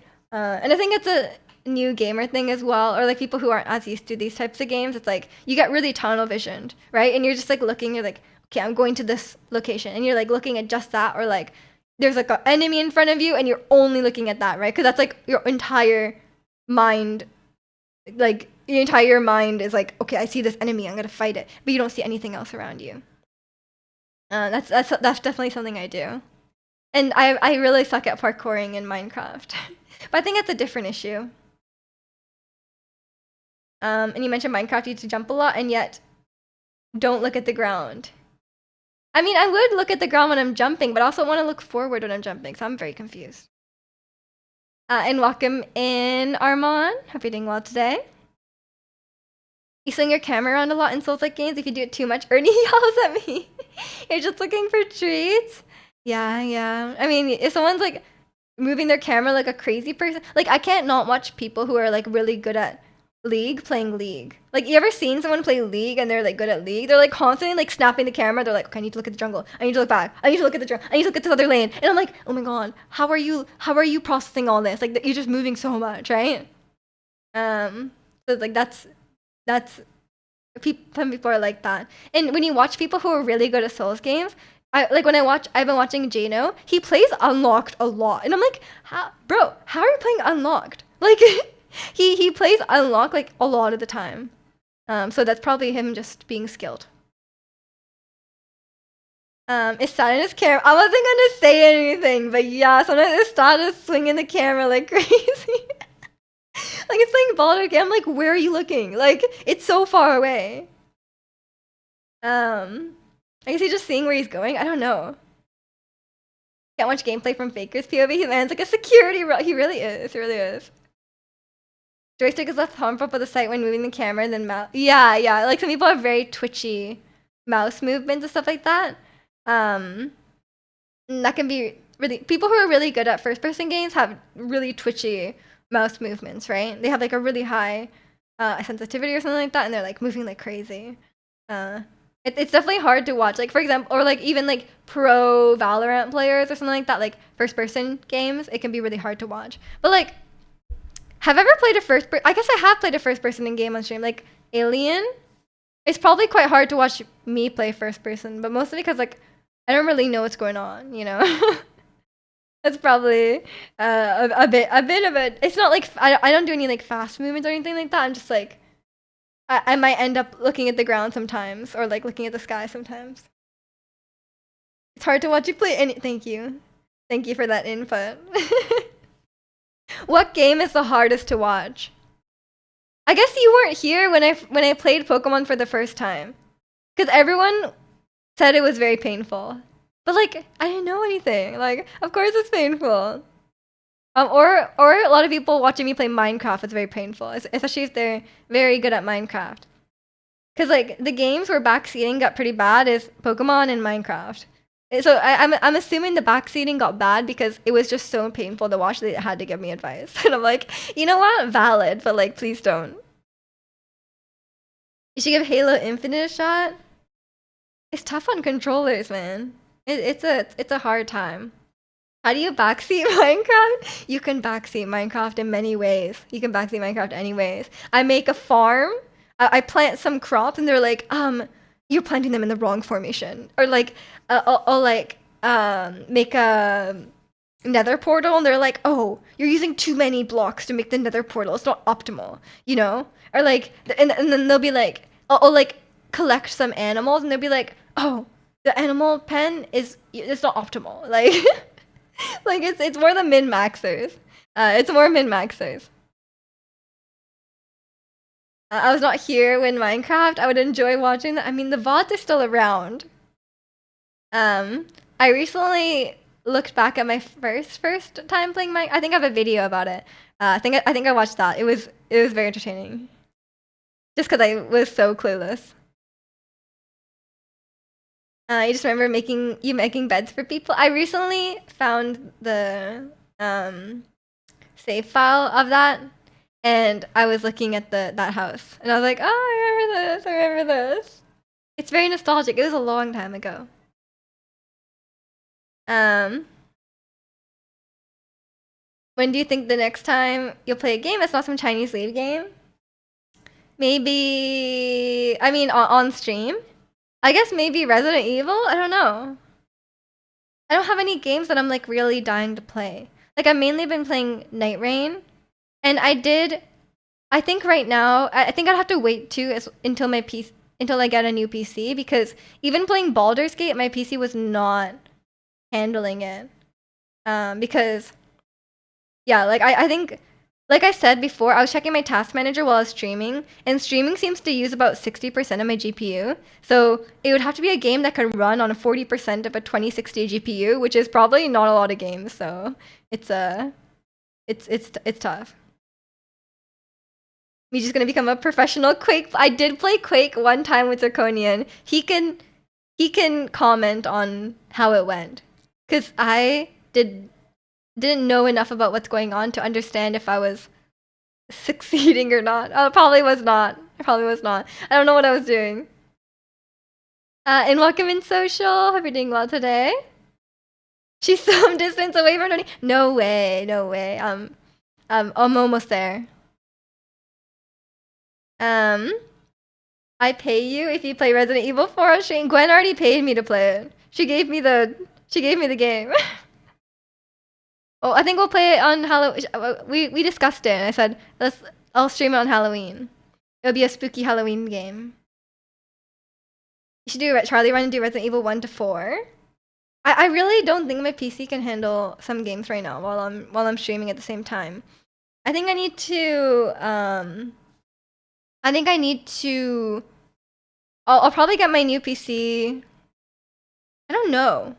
I want to get it when I move, so I don't have like 2 PCs to move when I move, but I'm not sure. I don't know if my brother will be too busy when school starts. And welcome in, Blue Flare. Hope you're doing well today. You have a PS5. That's true. That's true. What would I play on the PS5 though? You're gonna just suggest only Weeb games on the PS5. But I got the game on Steam. Resident oh, I guess so. But I already have the game on Steam. Gwen got it for me. PS5 is game. I thought it would just collect cobwebs. What are we doing? Time for a Steam Deck. I just got an iPad, man. I only have one. That's too many things. You just gotta get into card games, like physical card games. I don't know. Yeah, I think Baldur's Gate would have been fun because it's like you get to choose stuff because it's like a story-based game, and I suck at the combat. But one, I don't think I'll survive playing Baldur's Gate on my own. Like I really don't think I'll survive, because I was having a rough time at it. I was like controlling 4 guys. I was like, oh, controlling 4 guys is so rough. Like I don't think I could do it. And maybe. Yeah, and yeah, it was just I don't think I could play Baldur's Gate by myself. Like a deck building game. I like a bit of Balatro. I have a Balatro run going right now. I have a buff to the clubs. I have a level 4 buff to full house. I have a no, full house. No, I think it's flush. And then I have like level 3 buff to flush, or sorry, full house. Sorry, I don't know how to play poker. I'm sorry. And I was on a blind that was like, you need to get like 10,000, and I got like 16,000 in 2 hands. I was like, damn, I'm really popping off this run. Like the Final Fantasy Magic the Gathering card. I'm not nerdy enough for Magic the Gathering. I'm sorry. Yeah, you'll have to ask Estat for the Magic the Gathering stream. I know he's a big fan. Like Monster Train, one of my favorite games ever. Surely no one would backseat you. You stream it, bro. I feel like any turn-based games would invite a lot of back. Like for example, I've been into TFT currently. If I stream TFT, people would be backseat. Like any game where it's like not real time, like people will be like literally. Like when I played Pokemon for the first time, people would be like, use Gyarados, use this move, use Earthquake, and I'm like, chill.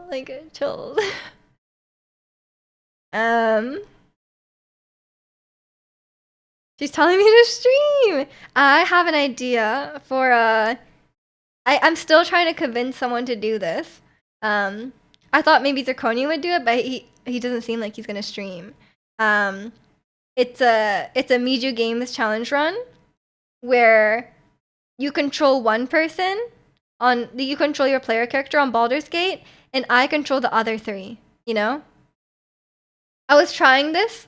I have a little run going with Jack, and we're stuck. We're stuck. We're in the ruins where you find withers, but before withers, and we're stuck.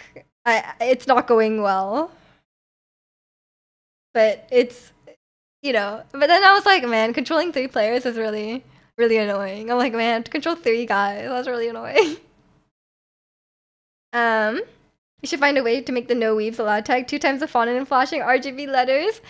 I keep having this tag on and they just keep coming in.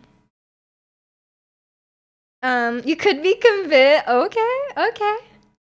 I don't know how we would make it work with time zones, but it would be very entertaining. But although you might rage quit your stream. What about you control the main character and me the rest, but we do honor mode?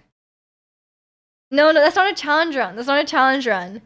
The challenge is you have to play around 3 characters doing bad things. I guess that's maybe too hard. Because you don't have enough control over that. You basically just... It's basically like, on League of Legends, sometimes they say like, it's technically 5v5, but sometimes people say 1v9 because your team is so bad, right? Like, it would be like that. So like, you just want to play co-op Baldur's Gate 3? I mean, yeah, like, I was impressed at Istat because he made it past, like, when I reached the Goblin Camp in Baldur's Gate 3, I was like, I can't do this. I saw how many enemies they were, and I was like, I'm sorry, I can't do this. And then I bought the game myself so I could play in co-op. Because I was like, okay, I'll just try. I watched Jack play a bit, and I was like, oh, that looks kind of fun. I like choosing the story and stuff like that. And I thought, I'll try it myself. So I tried it on his Steam account because I was like, I don't want to buy the game because I wasn't sure if I wasn't sure if I wanted it. I just want to try it. But then yeah, when I reached that point, I was like, yeah, I'm not gonna get through this. Like, I'm not gonna get through this. I cannot do that much combat. Like, I have a limit of combat. We could try. Well, we could try and balance the difficulty. Because, like, Tactician, me controlling 3 characters, maybe that's a lot. 2 characters, I don't know how that would go. Because my only playthrough right now that I finished is we had the expand party size mod, so it was a bit different. So, like, Jack basically had a full party. Like, he had 4 people, I had 2 people or 3 people. We had a lot of people. There was a lot of people in the party, okay? But so I don't think there was any like handicap there because like unless I like actively was griefing, which I wasn't. It's fine because he already had a full party of 4. But right now, we had a bit of a tactician playthrough that was like 2 and 2. Like, I control Shadowheart and myself, and he controls someone. I can't remember who it was. Like, it was, what am I trying to say? I kind of gave up, though. We went to the crush, and then I was like, you control it, and I gave him all the characters. I kind of gave up at that point. But, so I don't know how I will fare in a combat situation. He reached the camp immediately, killed 3 goblins, and walked in and realized he could talk to people. I was talking to people left and right. I was playing Bard, so I was like, you can always just... Bard is really good at like talking their way out of situations, so I was really enjoying that. If you're not actively griefing me, we could do tactician. Define actively griefing. I'll have to see how it goes. Like, we haven't played much Baldur's Gate, so right now my only experience with this challenge run is getting stuck before withers. But those guys are really mean. The guys before withers in the hallway are so mean. Kimmy enjoys playing but does not play anything by herself. Always played multiplayer, so she has no interest in trying single player. I mean, I think a lot of things are a bit more forgiving in co-op because you can literally just help and play side by side, you know? I like playing co-op games these days. Some games I like an immersive experience by myself, you know, but I don't know. What games does Kimmy like? I mean, she likes like she likes playing Monster Hunter with you, right? And like Sims and stuff. Has she played Undertale? Cause that's what got me into playing by myself. There's a lot of like fun little indie games stuff like that you can really get into. It's like a single player experience. You can really get into it. Ernie's gonna play Bard. I love Bard. I love Bard. You're gonna play Super Cool and play Fighter. Are you guys gonna play together? Um, unless she's screen sharing and yeah, I like sharing the experience. I think that's why streaming is so popular. It's kind of like the same experience, right? Like that's how I felt. Like when I was playing just like Street Fighter, yes.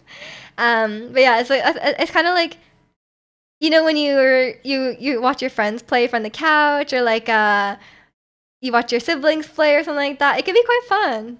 Because I feel like a lot of times people are like, oh, like, why do you want to watch someone play a game? I'm like, I enjoy watching someone play a game just as much as I enjoy playing it myself. That's the plan. Nice. I hope you guys have fun.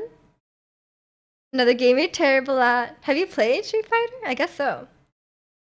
Yeah, I'm definitely, I wouldn't say I always like to rank my multiplayer contributions on co-op games on a scale of -10 to 10. And we've established. Oh, I asked Jack about this other day. I couldn't remember what his answers were. I think he said I was a 5 in something. It was either Night Rain or Baldur's Gate. I think maybe I'm a 5 on Baldur's Gate. That seems quite high though.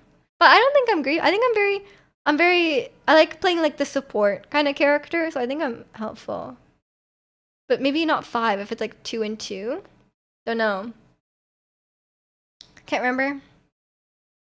The game presented goblins an enemy right away, so I assumed I would have to fight them if I saw them. No, you can always talk to people in Baldur's Gate.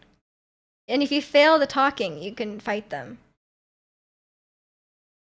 Tell Ernie to get good at Street Fighter. Maybe she is. Maybe she's been practicing. Yeah, it's I can't remember what it was. But I'm also Istat can verify, but I don't think I'm in the negatives on Night Rain. Like I think I always get a seal that has the right element for the boss, and I can revive people if I don't die. So I don't think I'm in the negatives. By herself, she's played Breath of the Wild, Tomb Raider, and Horizon, but while screen sharing, yep. Multiplayer, she like Genshin a lot. Short games like Pika Park, Overcooked, modded multiplayer games, Sims, and turned out she also liked the roguelike. You mentioned the other day, Wizard of Legends. Oh, no way. That's cool. She likes a good variety of games. I don't think she knows how to use a grab attack. I don't know how Street Fighter works. I don't know what that is. Only 24 cars passed me, probably wondering what was wrong with me as I full-on rocked out to Baby Metal. Also, 2 neighbors when I yelled, "Give me chocolate." I don't know how to respond to that, Ratsy. I don't know how to respond to that. People are probably scared of you, man. They're like, who's this guy on the street yelling about chocolate? I think we make a good team. We all have different strengths. That's being too nice. You have better route planning and stuff. Okay. I've been watching a lot of Night Rain content, I've watched the most guides. Because I love watching guides. You're a team player when you're vigorously arguing that you're not a detriment to your team. That's a win for me. That's a win for me if I'm not weighing down the team. That's a win. But I have played a fair bit of Elden Ring. And I watch a lot of Elden Ring. I know how they think, Wizards of Legends was sick. You never played the second one? I recently convinced Ricky to try Hades, Kavaris, so you're welcome. I'm fighting the good fight for Hades. Kind of dragged into most of them. Yeah, fair enough. Fair. I get dragged to games as well. But a lot of them I end up enjoying. She genuinely wanted to spend 200 hours on Monster Hunter though. That's good. I mean, you would have divorced her, right, if she didn't like Monster Hunter. Hades, yes, exactly. I was like, Ricky, you're gonna love it. Because I know Ricky loves Hollow Knight and other games as well. So I was like, definitely Hades would like. They'd be talking, I'd be stabbing, I'd be talking. Jack is also stabbing. He's always like, let's just fight them. I was like, no, I don't want to fight them. I was like, let's be nice, you know? And he's like, no, I'm attacking. It's too late. We're fighting. Yeah, so I still haven't tried Hades 2. Although not that I ever finished Hades. I watched Hades, but I haven't checked out Hades 2. I think the only time I played with friends, I'm out looting and they're in combat. Yeah, yeah. But yeah, it's you mean magic missile? It's not magic arrow, man. Learn the name. But yeah, I think when I was playing Baldur's Gate with Jack recently, I was like, he was like, oh, can you help pick up the items? Like, why aren't you helping? And I was like, did you not realize that our entire playthrough, like after like the first 2 hours, I didn't pick up a single item? And he was like, yeah, I know, and I want you to start picking stuff up. And I was like, no, I'm not picking stuff up. It's boring. I hate picking up items, but I will look around for heals. I will loot around for heals. I love finding potions. That's the only thing it's valid. But every time I open some boxes, it's like it just has like rotten mushrooms in it, and I'm like, that's useless. Like, I don't want that. You won't play till it's out of early access. You want the full experience. Yeah, fair enough. Fair enough. Just click take all. I don't want to. I just want the potions. You're gonna find a way to get Eldritch Blast with your. You could probably take the feat, right? The Warlock feat. But you could also just play Bard. Or sorry, not Bard. You could also just play what's it called? What's it called? Warlock. You could just play Warlock because they have a lot of charisma. You could just talk to them. College of Bard would do it, but the feat should as well. I don't think I had it. If I had it, then I don't know. Yeah, and people really like Hexblade Warlock. Like, it was one they added in the most recent patch, and people were really, really wanting this Warlock. You probably know more about it than me, because from D&D. Yeah, it's you guys know my favorite spells. Best spells in D&D. Confirmed. Number 1, Knock. Number 2, Magic Missile. Number 3, Dome of Globe of Dome. I think it's a dome. Dome of Invulnerability. Number 4, Arcane Door. Dimension Doot. What's Dimension Doot? What does that mean? Wait, Jack, what was the grading you gave me from -10 to 10 in Baldur's Gate? I'm trying to convince Zirconian to do the challenge run. Ever since Zirconian pointed out the Storm Soar what? -10 to 10. Yeah, I was saying like my contributions to the team from -10 to 10. Not Dimension Door, sorry, Arcane Door. The one where you can do it better. Not that you can take more than one guy. Vicious Mockery. Just cheer. Okay, Vicious Mockery was fun because I was on Bard, but I was spamming Fairy Fire left and right. Like, I love Fairy Fire.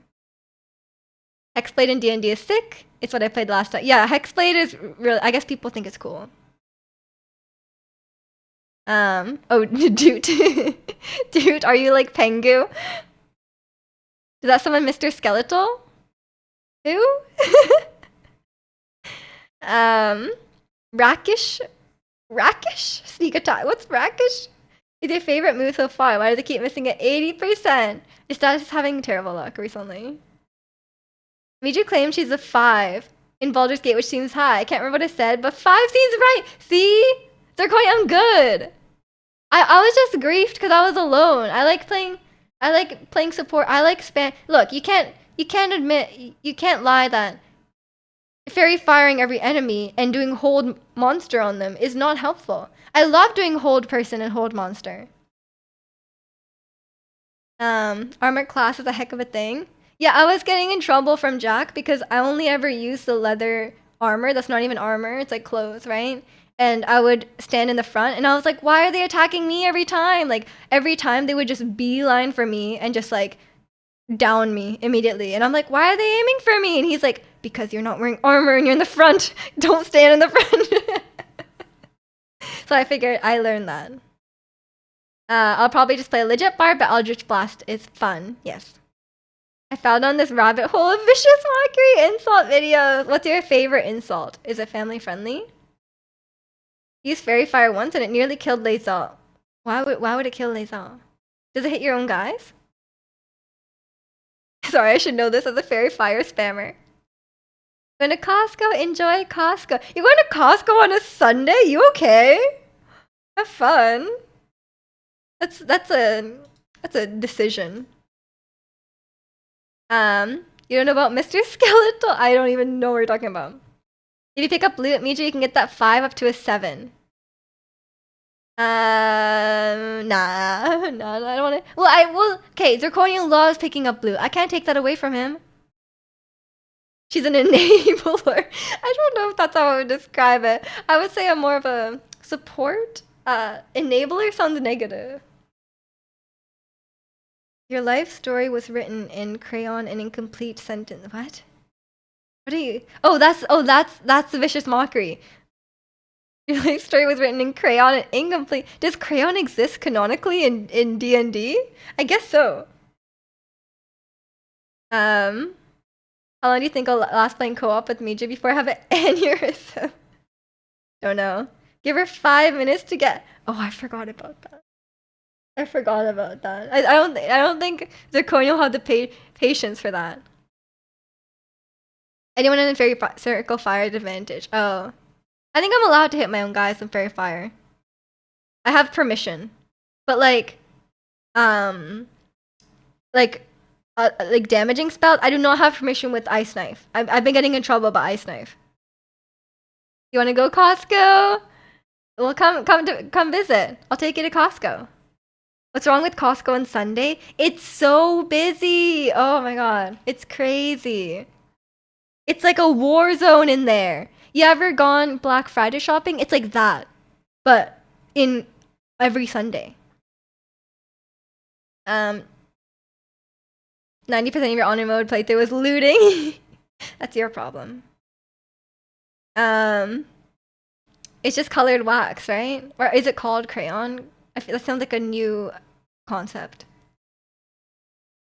I go to Costco on Sunday if I'm missing your M&M's bucket. Good luck, good luck. You'll brave the war zone for that. I think the idea of the playthrough is just to torture me. I think I've told you guys about my Baldur's Gate experience, right? Like how this works. Like I do get lost immediately. Like I'll be like walking around and I'll just stop to pick up one thing and then Jack is gone. And I'm like, where'd you go?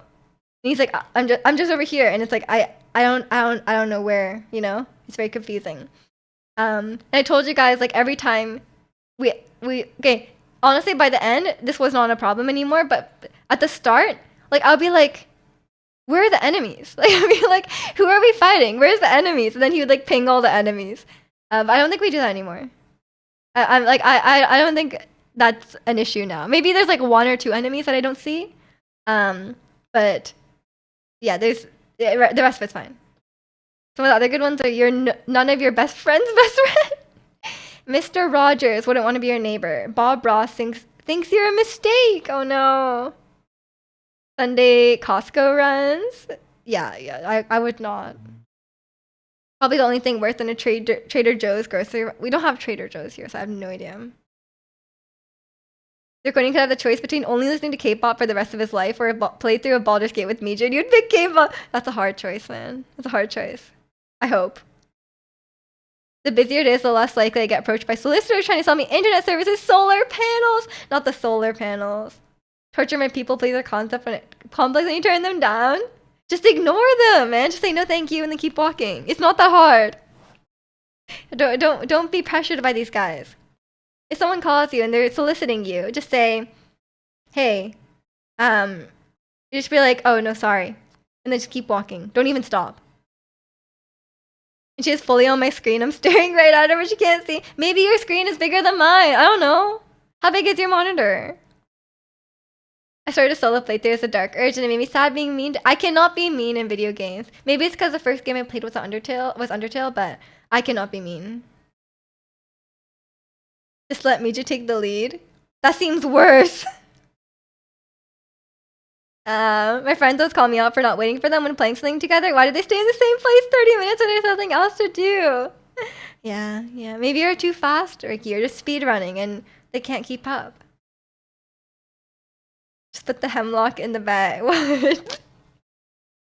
Are you saying you choose death over those two options? Short story, the meme is at peak hours. You can't even find parking at a Trader Joe's. That's the same as Costco though. Costco parking lot is a disaster. People are fighting. Like, people are fighting over your spot. I'm walking back to my car. I'm like 5 minutes out from leaving, okay? Like, and people are waiting. The monitor is the same size as your... No, you're not on the screen. My favorite dark urge part is when you see Gil in the portal and you chop his hand off. No. You know, on League, if you're on the red side, you have less vision than if you're on the blue side. I think that's what's happening. It's like this, you know? Good to go, your brother's making me leave the house so he can refill his car AC.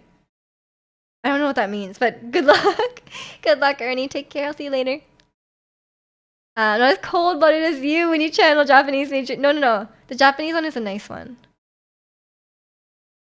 But yeah, it's you just like you're not being mean. They're just trying to sell you something. Looks at the meanness in IRL. Yeah, I can get enough of that. Yeah. I made it through Act 1 and I was like, yeah, I'm done. Of Baldur's Gate? Act 1 is the best of Baldur's Gate. Costco is worse because everyone either has trolleys or oversized Costco parts, and everyone's driving minivans and SUVs. The people with the trolleys in Costco are like, do you even look around? Like, why are you like cutting me off? Or like, they're like driving with their cart and then they stop. Like, and I'm like, why are you stopping? It's the middle of the aisle. Like, why are you stopping? It's so annoying. And then they're like driving like maniacs. And I'm like, they're driving their trolley, by the way, like maniacs. I'm like, why do they do this? Like, everyone's always in the way. I have to like shoulder check with my Costco trolley. Baby Miles in Vancouver, sadly no one to fund me the money to go. Ratsy. It's better for you. Funny when they're waiting and we go back in for a hot dog. Yeah, it is really fun. Someone like waits for like not like 10 minutes, but they're like following you to the car waiting. You put your stuff in the car and you're like, gotta go for the hot dog. And it's like, they're like really mad. So the coolant in the AC system leaks out over time, so you need to restock the coolant. Oh, okay.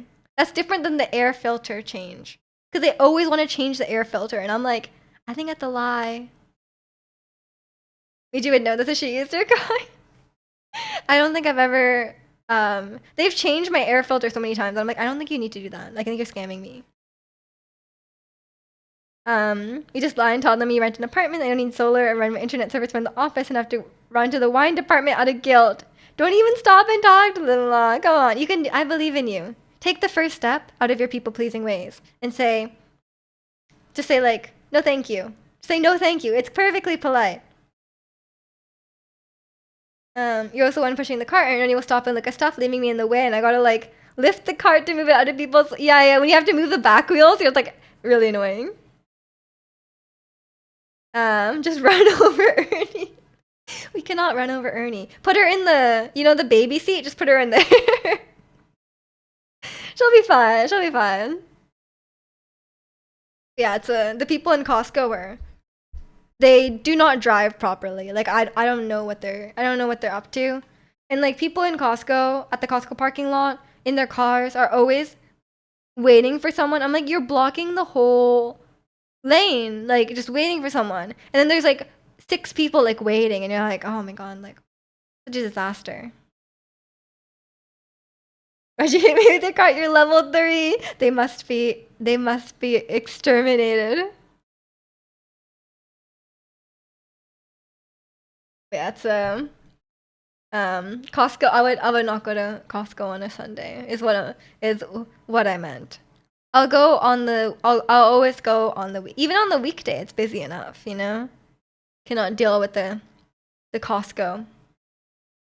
And it's like you'll never find a parking spot on Sunday, you know, or going to Costco anytime in December, like any time in December. It is really bad. Just work remotely and go during work time. Yeah, I normally go like at lunch or right after work, and I get off work quite early, so it's it's quite a good time because everyone's still at work. But I don't go to Costco much. It's so hot. You've had 3 showers today, and it's 2:30 p.m. What's the temperature? I remember when we had our heat wave here, I was trying to take like cold showers, and I was like, I actually can't do cold showers. Even if it's 40 degrees, I cannot take cold showers. Coffee time, the best time.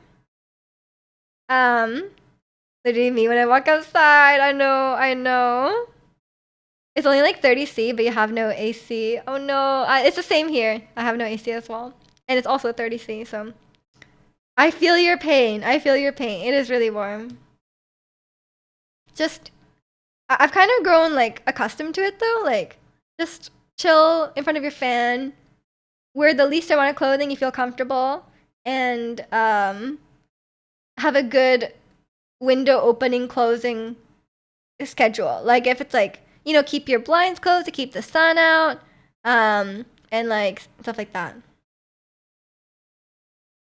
If I go outside in 30 degrees and you shower regardless of how long it go out. When I took my trip to Europe, I packed like shampoo and conditioner and stuff like that. I know when I'm at home, I wash my hair twice a week, okay? And I did not anticipate that I would need to wash my hair every day when it was like that hot out. I was like, man, I didn't realize I could get so sweaty. Like I didn't know that level of being sweaty existed. Like I was sweaty to the point where I could feel it like dripping. Like I was like, I'm not a sweaty person. I've never been that sweaty. I was like, I didn't realize how much I would have to shower. Like I was like, I'm showering in the morning and at night. So yeah, I feel that. I didn't know that you could reach that, you know? I'm normally like a not sweaty person. Like I could wear the same shirt 2 days in a row. People say men enjoy cold showers. Are you not a man, Ricky? Like some men? Naked? Okay. Sometimes I feel like, do you guys feel like, for me, I feel like my feet are less, even if it's really hot out, I like to wear socks. Because I feel like my feet get kind of like clammy and sweaty without socks on. Maybe I just have terrible circulation. That's probably why. In Walkman Protagonist, fans don't dare from me having a portable AC changed your life. I can't believe you live in California and you did not have an AC. I thought everyone had one. Someone was saying, can't remember who it was. Someone said they lived in LA and their apartment was really old and they had no AC. I was like, that's crazy. That's the worst of both worlds. I feel like you can narrate a clip of the Costco parking lot like a nature documentary. The Tesla stalks its prey and waits patiently as the underwear shopper unloads their cart into the Camry. But what's this on the horizon? A Prius. True. People fighting over the spots is... I hate when someone waits for your spot, but there's like other spots a little bit farther away, you know? It's so annoying. I'm like, God, like, why are you waiting for me? I hate when someone's watching me unload my groceries and like waiting for my spot. So like, you know, like, and I'm like, there's a spot right there. Like, can you please just take that one? Do you guys like take your time or do you guys rush? Are you people pleasers? Do you go as fast as you can? I'm like, I'm not rushing. I'm just gonna go at my normal pace. Okay. Enjoy the gym social. Good luck. Have a good workout. My what are these called? Triceps? My triceps are real sore. I was doing a tricep workout yesterday and the weight was real heavy. I had an ice cold shower. Are you a man and do you enjoy cold showers? What a weird question. You're broken. You cannot speak for yourself. You don't enjoy cold showers. If you ever need a man's perspective or someone, don't reach out. You're not a typical man. That's probably a good thing. You put a portable AC unit in your room and you're from Canada. I can't imagine no AC in LA. I mean, these days it's kind of hot in Canada. The only time you like cold showers is when I'm sick. Oh. Really? You like cold shower? Doesn't it feel extra cold if you have a fever? Although one time I had way too have a fever and I took a warm shower and I was like, that was a mistake. That was a mistake. My fever reached like 40 degrees. And I was like, no, it was like 41 or something like that. And I was like, I Googled like, when should you see a doctor? How high of a fever should you see a doctor? And I was like 0.1 degrees under that after my hot shower. And I was like, should not have done that. You rush, you're habitual people. Not you guys with the people pleasers. Do you guys feel like peer pressured easily?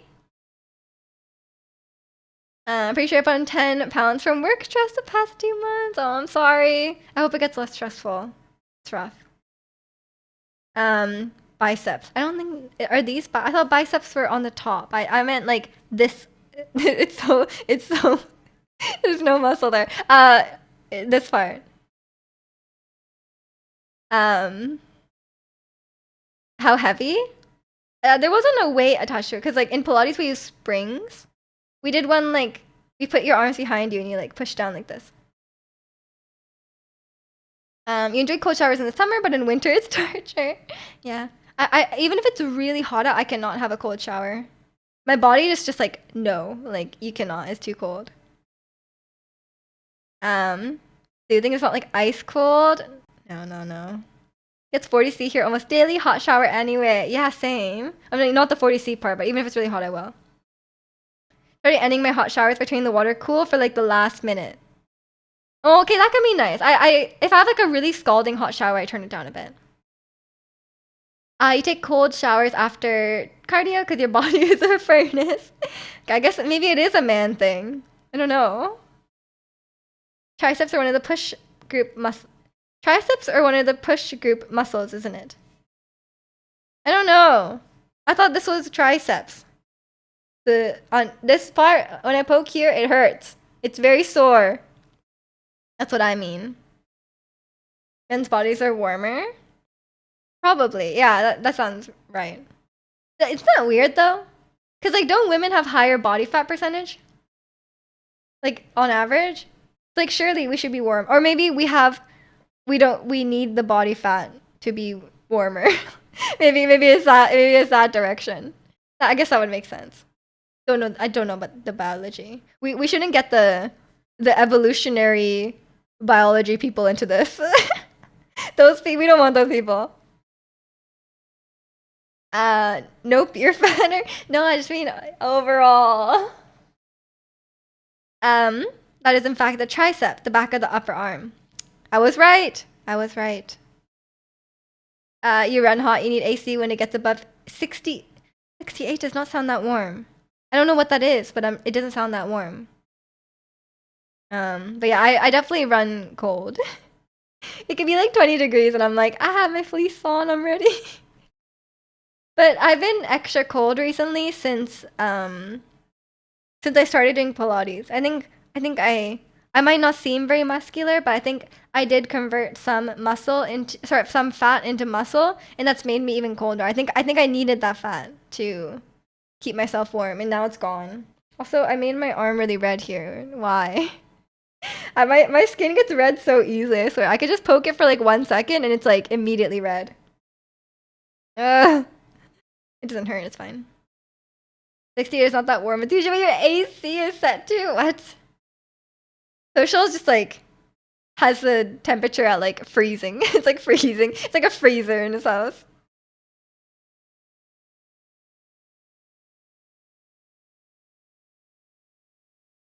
If someone places a cold hand on your back or stomach, would you hate it?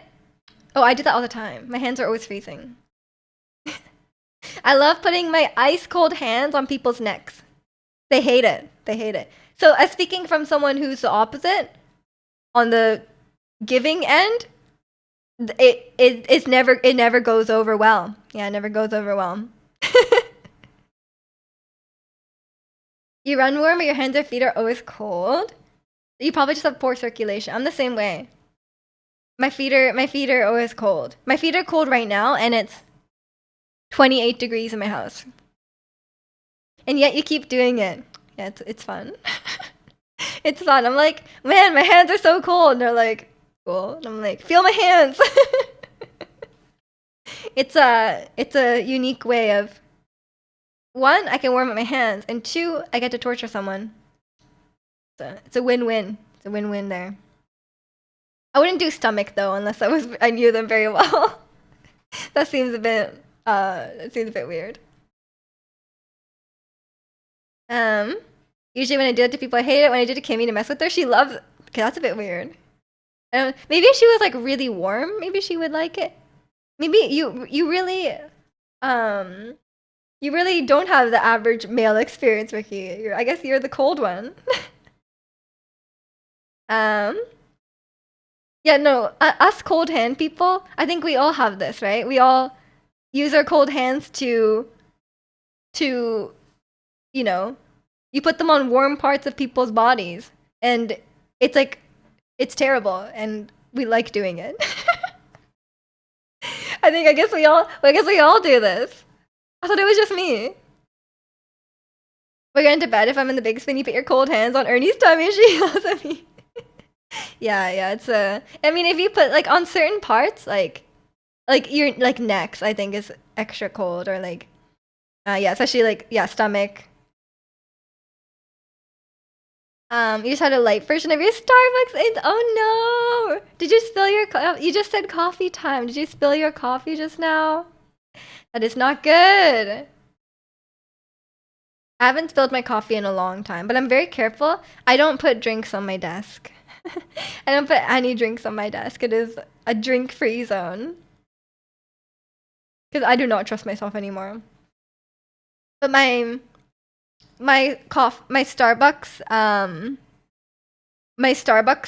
MacBook has been retired. I've replaced it. It really just barely function now, so it's officially been retired. But all the what am I gonna do with all the stickers on it? I can't really re-sticker them. Coffee's supposed to go in you, not on you. Maybe it's like a coffee face mask. Who knows? Thankfully it was on a lot. Your laptop got a bit, but it's mostly the cables. Okay, that's good. That's good. You can wipe off the cables. It's fine. Wires. I think we would call it cables. Yeah, wires is more like inside. You know, like the electrical wires, that kind of thing. Yeah, rip the old laptop. It had a good life. I realized I got it in it's an early 2017 model. So it's definitely over 8 years old now. So it had a good long life. It had Starbucks built on it, so it did its job, got me through school, and now we're done. So I think it deserves its retirement now. And I'm my PC now, so that's good as well. Yeah, it's I haven't spilled anything on any new devices, so that's pretty much the only time. I'm very careful. It's good to have cups that don't easily spill over.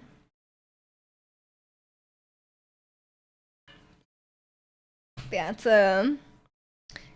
I do enjoy my iPad, but I realize like I think it's a screen protector.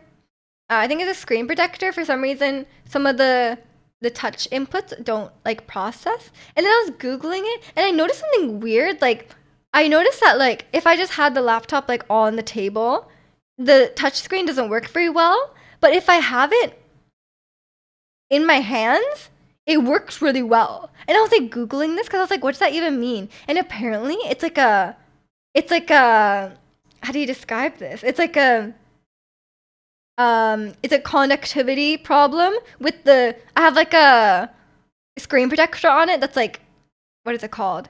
The whatever, the tempered glass screen protector. And apparently it's a connectivity problem with that because if my hand is touching the metal part of the iPad, like the actual iPad, not the screen, then all the touchscreen things work really well. But if nothing is touching it, then it doesn't work very well.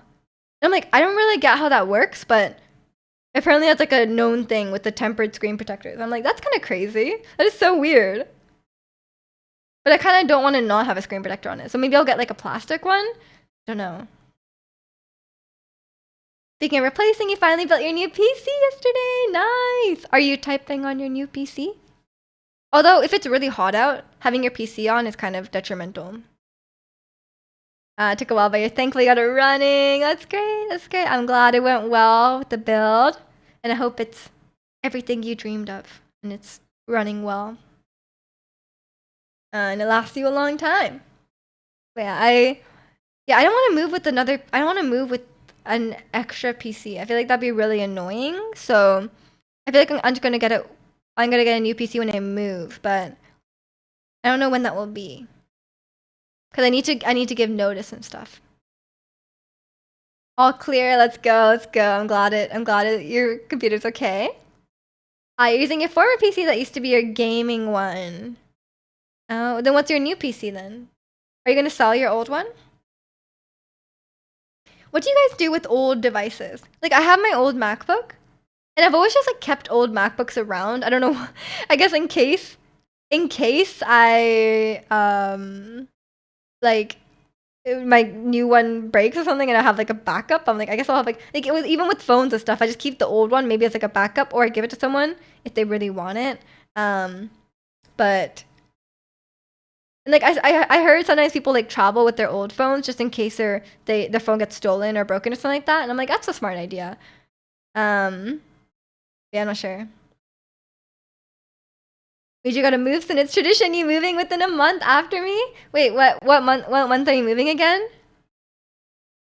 We gotta keep the tradition. We gotta move at the same time. You keep your previous phone and it's a backup. Phones older than that get recycled. Yeah, I think it's good to have a backup. I don't know what to do with my MacBook though. I think it would be good to have sometimes, but it doesn't work super well. Yours are in a box under. How many do you have? You have two PCs where both systems were in one case. Oh, took one of those systems and transferred it into a new case and just put in new parts. You had two PCs in one case? How does that work? You have 4 phones? Over how many years? That's a lot of phones. I had my last phone for like probably closer to 10 years. No, that doesn't make sense. Maybe. I feel like I've only had a handful of phones in my life. Not sure yet. Hopefully within the next 3 months. Okay, well I might be around that time as well. So we'll do it. I think it'll be within the next 3 to 4 months. So that will check out. 4 phones in 11 years? That's not a lot of phone. That's not a lot of years on each phone. Maybe you should switch to iPhone. Cause like my iPhones last me at least 5 years. You have an old PC case in a cupboard? Luckily it's a small case. Oh yeah, you have like your mini PC. There are cases that can hold one ATX motherboard and a mini ITX motherboard. Oh. Why do you need 2? And why do you need 2 PCs though? Just for fun? You had really cheap phones. Oh, okay. I guess that makes sense. I guess you don't need to keep the cheap phones then. Parents made me get a £5 contract. Wait, your entire phone contract was £5? They're literally the worst phones going. Yeah, fair enough. Yeah, I mean, I think this is the first phone I bought myself. Cause like I bought this phone a few years ago, and then before that was like I had an iPhone 8. I think so. That I must have gotten that when I was still in school, so my mom would have paid for it. One use for gaming and the second for streaming / normal use. I see. Wait, so you like switch between your PCs when one is gaming and one is like you're just using it normally? Cause you didn't stream that much, right? 500 megabytes. Oh no, 500 megabytes of data. That's really small. But I feel like phone plans back then used to be that small, right? Like 1 gig. I used to have phone plans for like 1 gig, you know? Like it wasn't very much. But now it's like I call them up and they're like, "Oh, we don't have any phone plans less than like 20 gigs." I'm like, "Okay." I literally, I mean, I don't go out much, so that's probably why I don't use my data, but like I'm like, that's a lot of data. Like that is a lot of data. Who's using all that? I guess you just don't have to worry about it. Um, so that's, you don't use too much resource from only using one. I mean, honestly, that doesn't sound useful considering my streaming is using 60% of my GPU right now. So then I was committed to streaming, still handy in my opinion for your use. I mean, fair enough, fair enough. You have unlimited now, yeah. I think back then phone plans were so small. The larger plan existing in Cuba when I was left was 5 gig. I mean, 5 gigs is not bad. But yeah, if that's like one of the largest ones, then that's kind of small. But obviously different markets. Phone plans are really bad here, presumably because all the carriers are doing cartel. What? What do you mean? You can't just say that. What? They're doing cartel stuff? Like what? Like drugs? Or like they're behaving like cartels? Oh, price fix. Okay, okay. I was like, what? Are your phone companies run by the mafia? Like, you're buying it so many times. Oh, I think you were telling us so. Like you were saying that you were calling Kimmy a lot, so you kept buying it. Um, ours kind of got out of that, the cartel price fixing stuff.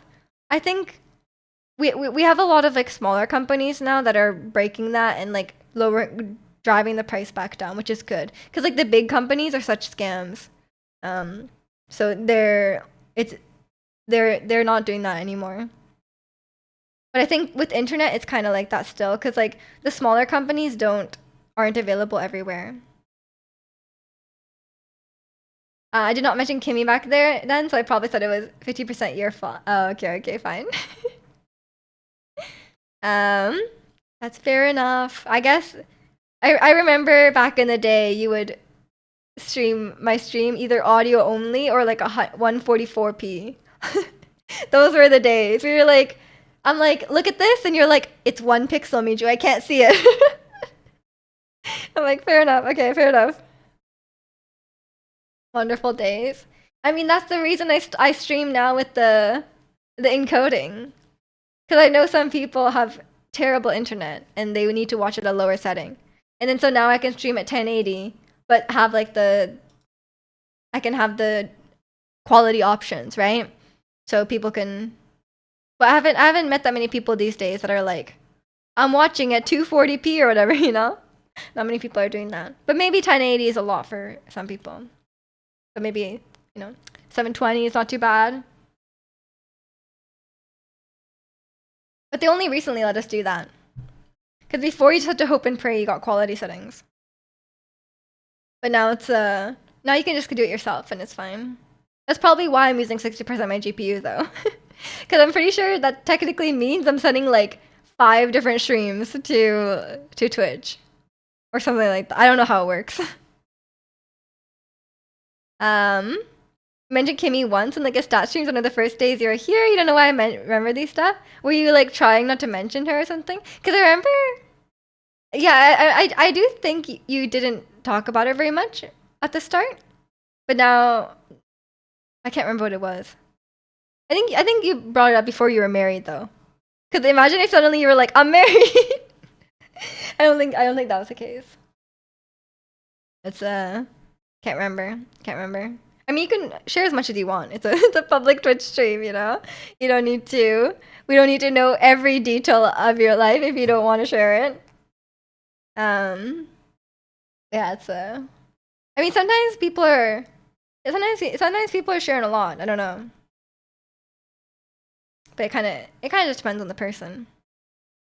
Depends what we're talking about too. Sometimes it just doesn't come up.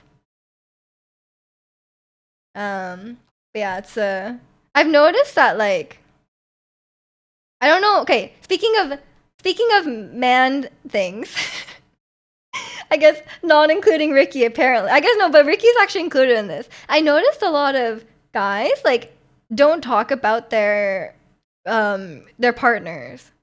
Like maybe it's just like they're just being sus about it. I don't know, but I noticed a lot of guys that I would be friends with or whatever. I would be talking to them for a while, and they would not even bring up that they have a partner. Like, and then like 6 months into knowing them, they'll be like, "Oh yeah, my girlfriend, like whatever," and I'm like, "Oh, I didn't know you had, yeah, I didn't know you had a girlfriend," and they'll be like, "Oh yeah, we've been dating for like 5 years." I'm like, it never once came up. Like, what are you talking about? I'm like, surely that would come up at least once. Like if you're, you probably do a lot of things together. So like I definitely had moments. I don't know if they're just being weird or like guys just don't like talking about. Like a lot of guys don't like talking about personal things. Why do you need to know that? I don't. It just it's out of nowhere. I feel like it's a big part of your life. I don't know, especially in like a if you're like friends. But I've definitely had that happen like multiple times.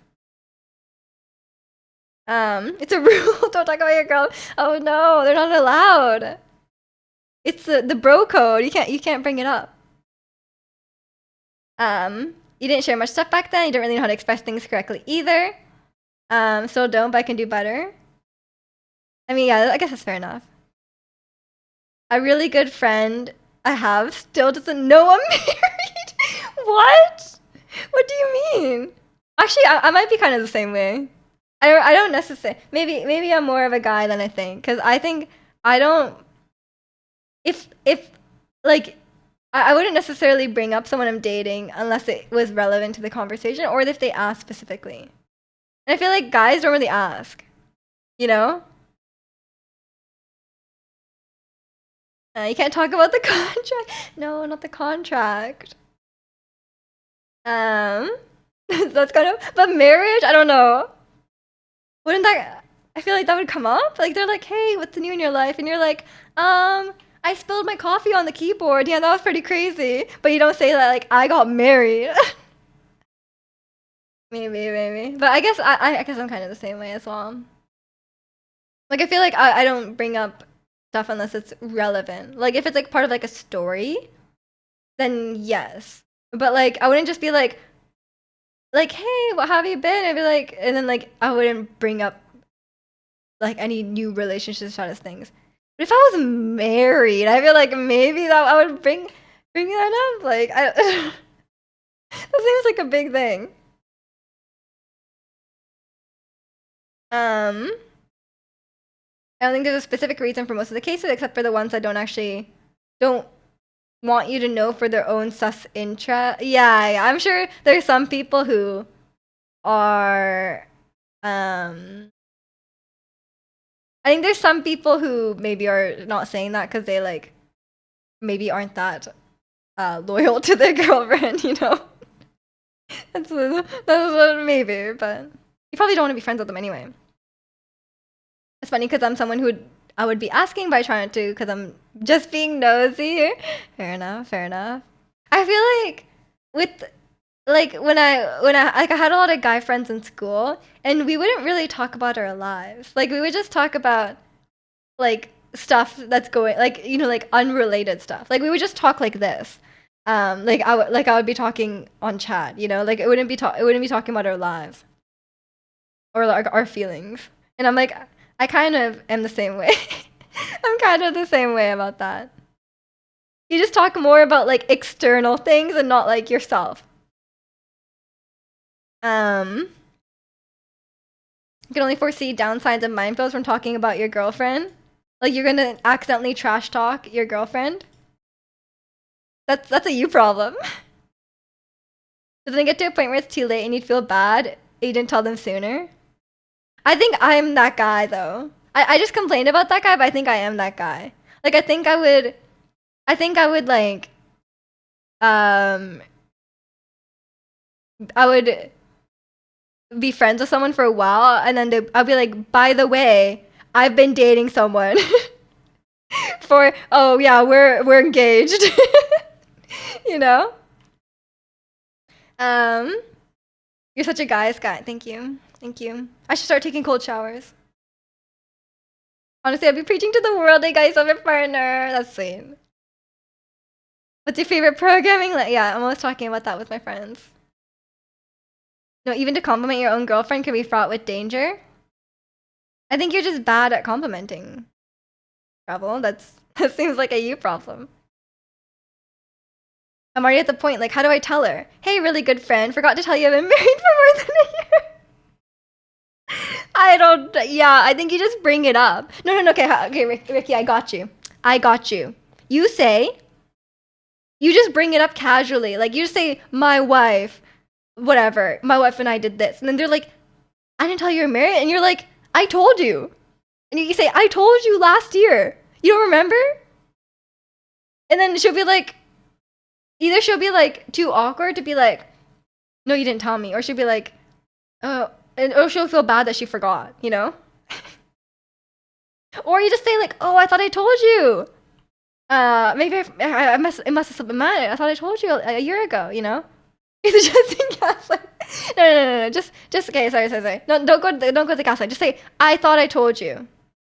I'd be like, oh, I swear I told you. I guess I must have forgot. Don't gaslight her. I take that back. Now that you guys are pointing it out, I take it back. I'm actually gonna do that. Yeah. Go for the second. Go for the second one. And welcoming Cloudy. Hi, bye. Good luck with your homework. Me too, fully in Kaima. Oh, sorry. Don't do that.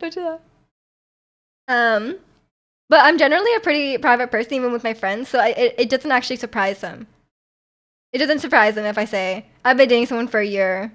By the way, you know, they're actually not surprised. So I don't actually have to deal with this. But yeah, no gaslighting. Don't do that. I feel like if I got married, I'd tell people. Cause like, wouldn't you be wearing a ring? Like people would know. Like if you're meeting up with your friend, they'd be like. But then like, I guess if you didn't see them frequently enough for them to see that, then that's on them, I guess. And you might not even be meeting in person. You might just be talking on the phone. And I guess that's fair enough. But I'm a person who's very bad at keeping in contact and keeping up with people's lives, you know? So I think the once a year kind of thing is like you talk to your friend once a year and then you just get every update at once. That's my go-to, you know? They might not realize it's a wedding ring. No, why else would you be wearing a ring on that finger? I guess some people actually do wear rings on their wedding ring finger because it doesn't fit on their other hand. I mean, if you have a ring and it only fits on that finger, I guess fair enough. We just on a laundry guy, not a GTA guy, but a chill guy. That's me. I'm apparently a guy. Period. You know? In many ways. When I had a girlfriend, any other woman was just a life form of no particular species or gender. I don't know if I agree with that. Like that's like saying I don't see race. No, I guess that's a bit different. I don't see gender. I think you still have to be wary of gender, you know? But yeah, I know what you mean. Like everyone's just like not a love interest, you know? You know, single people who wear rings on that finger? I mean, yeah, I guess if they just want to. I also heard wearing a ring on the ring finger also wards off creeps. No. No. I mean, I've never tried wearing a ring, but nothing wards off creeps. The more I've streamed, the more I realize it does not matter what you say. It does not matter what you wear. It does not matter how you present yourself. They will always come. Like nothing affects it. Okay, that's what I've learned. So these days, not that I ever really cared what I wore on stream, but I'm not like, oh, like I need to dress in a certain way or else people will be creepy to me. I realized like I could be dressed in a what's the least appealing thing? I could be dressed in like a garbage bag, head to toe, fully covered down to my fingers, and people would still be creepy. So kind of an embarrassing moment for me back in high school. Me and my friend had this rocky history during high school, but we became close friends. They were someone who showed that they were never interested in dating. And when I found out she kind of slipped, I was kind of butthurt that I never knew about it. Like, she was actively trying to hide it? It's a bit, I feel like that's a bit weird too. But maybe they're in high school, they just had weird reasons. It was a secret relationship. I don't know. That is a bit strange. I can understand I can understand that like if your friend, especially if you're talking to them quite often, and there was like a big thing in their life that you didn't know about, and I can understand being like hurt that they didn't share that with you. I think that's totally valid. But I guess if you've never really talked about your personal life, then that's different. If you're doing your guy talk and you're only talking about sports and not talking about your personal life, then like I guess maybe it's valid that it doesn't come up, you know? Or like me, where you actually don't talk to them for like 2 years. then I guess it doesn't come up. Welcome in philosophy, or the opposite of wedding rings. Married guys have to get more attention with their ring than before being married. Apparently, it's evidence that the guy is something another woman finds interesting. Honestly, I think women just like trust each other's judgment. You know, like it's like, okay, if this, not that I would ever go after a married man, but like it's like showing that this person has been vetted. Basically, it's like, okay, another woman found this guy decent enough to date, so he's probably not creepy, he's probably not dangerous, he's probably a good guy. That's probably the reason. Or I think also men may be misinterpreting the attention they're getting, because like obviously there's probably some women who like to be homewreckers, like probably, but I think also women might feel more safe and more comfortable around a married man because they think he won't hit on them, or they think he won't be like creepy to them, which is not necessarily the case, but they might just feel more comfortable. They might be more like friendly and might be interpreted as being flirty, or you know, like it might be more interpreted that way, but they might just be like being extra comfortable, being close to you and being friendly to you because you're taken, you're safe. Because I actually had this experience as well. No, sorry, not like in that way, but like for example, there were so many people who would try to befriend me in school, and a lot of them were really creepy, and a lot of them were like really weird, and they would act strangely to me and stuff like that. And the one guy ended up becoming friends with in class, had a girlfriend, and I was like, when I found that out, I was like, oh, that makes sense, because like that means this person can talk to girls in a normal way, and does not like act really weird towards me, and it's like it's very much that is platonic. So I think that's also part of it as well.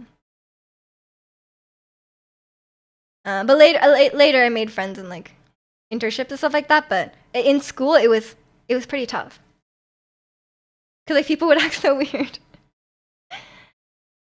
There's a good reason though. After taking it all in, I realized I made a big deal out of it. I mean, it's high school. Remember, said you're gonna talk to friends every month. I did that for like 3 months. Like, I did that like for like 3 months, and then it fell apart. I won't even look at the last time I talked to some people. I'm not good about it. Was this the guy who made you play GTA? No, that was in high school. That was just a guy in my class. But there's women who say don't even talk to other girls, like to their spouse, or to their spouse, to their partner. I mean, there's guys like that too. Some people are just very controlling and possessive. It's not a girl thing. It can be anyone. But yeah, that's obviously not a healthy mindset to have in a relationship. You should not date someone you cannot trust. And if you're not capable of trusting someone, then you should probably work on your own issues. That's something you simply shouldn't get into. Yeah, yeah, that's very controlling and it's very borderline abusive. Maybe crossing the line into abusive. And welcome back, Maestro. Yeah, I'm very bad at keeping in contact with people, so if I'm friends with you and I haven't messaged you, it's not you, it's me. For me, I feel like time goes by so fast. I don't know. Like I'm like, oh, just living my life, and then like it's 3 months later. Like I don't know. Stuff just happens. Um, but I also think I'm someone who doesn't need a lot of social interaction. Like if I was a sim, my social bar would be filled very easily. Like it would just be like I'll talk to someone for like 10 minutes, it'll be full. I'm done.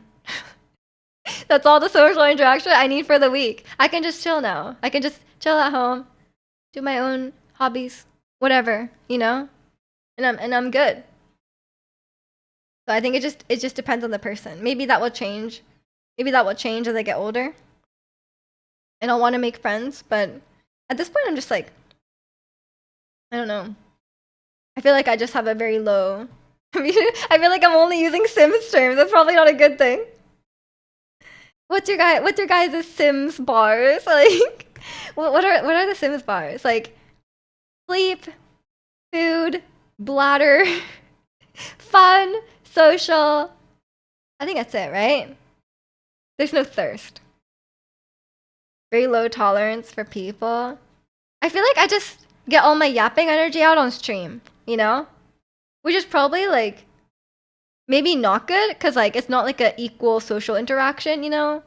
Like maybe IRL I'm just gonna start yapping over everyone and and then someone tries to respond to me and I'm like, why are you talking? Can you type it out into chat? You know, IRL someone's gonna be like, can you just like write on a piece of paper and I'll respond to it when I want to? Like, thank you. Can you imagine? Yeah, maybe that's not a good thing for overall speaking behavior, but at least on stream it works out. Cause I can just yap as much as I want, and then I can just read out stuff. We shake hands in IRL. If you ever decide to have a partner, it's a weird way of putting it.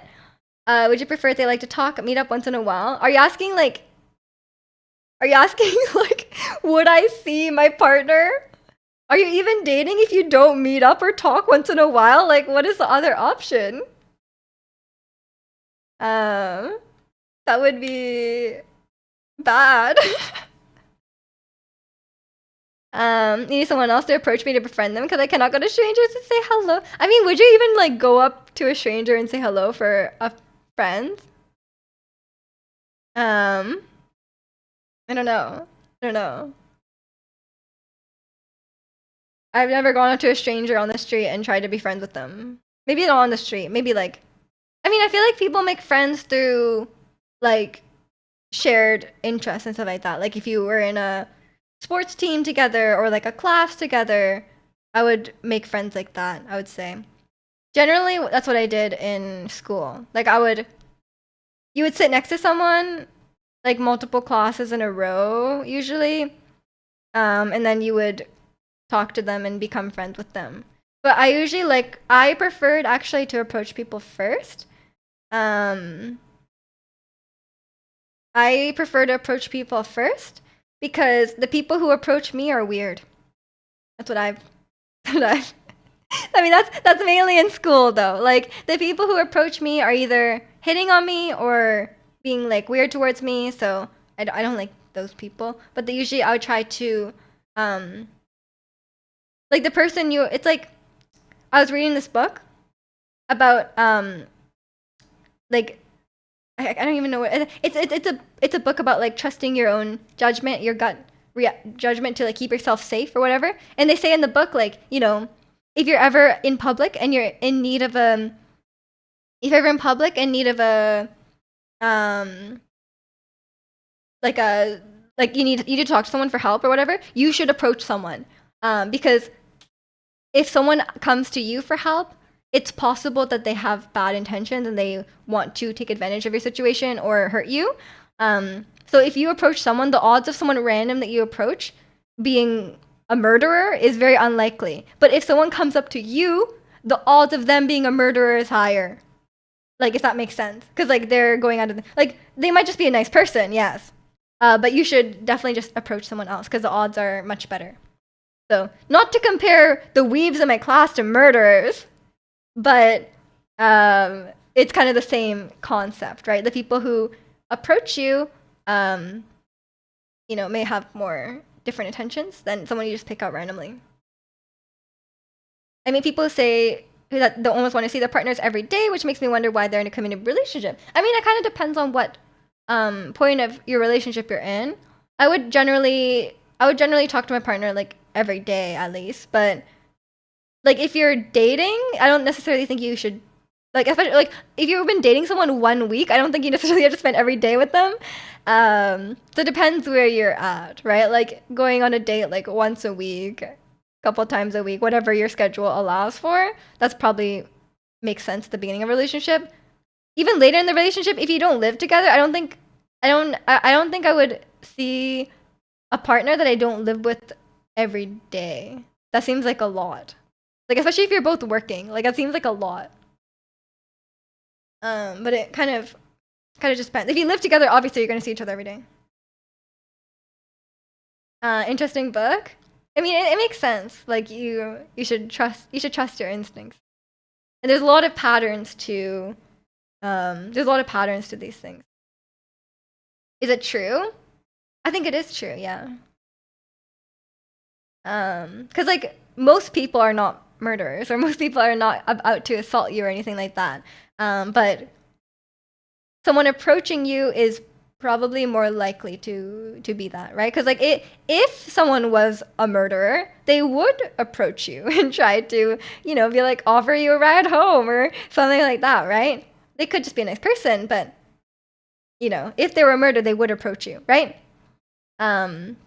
If someone was wanting to harm you, they would approach you. Is what I mean. They're not gonna just wait for you to just pick them out. I mean, I can go and talk to random people on the street if I need some indication there's something on the matter with no issue, but not for like, but for not one-time interaction, yeah, I wouldn't be comfortable. Yeah, fair enough, fair enough.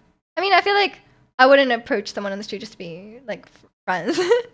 But in like a class or whatever, I don't have an issue with that.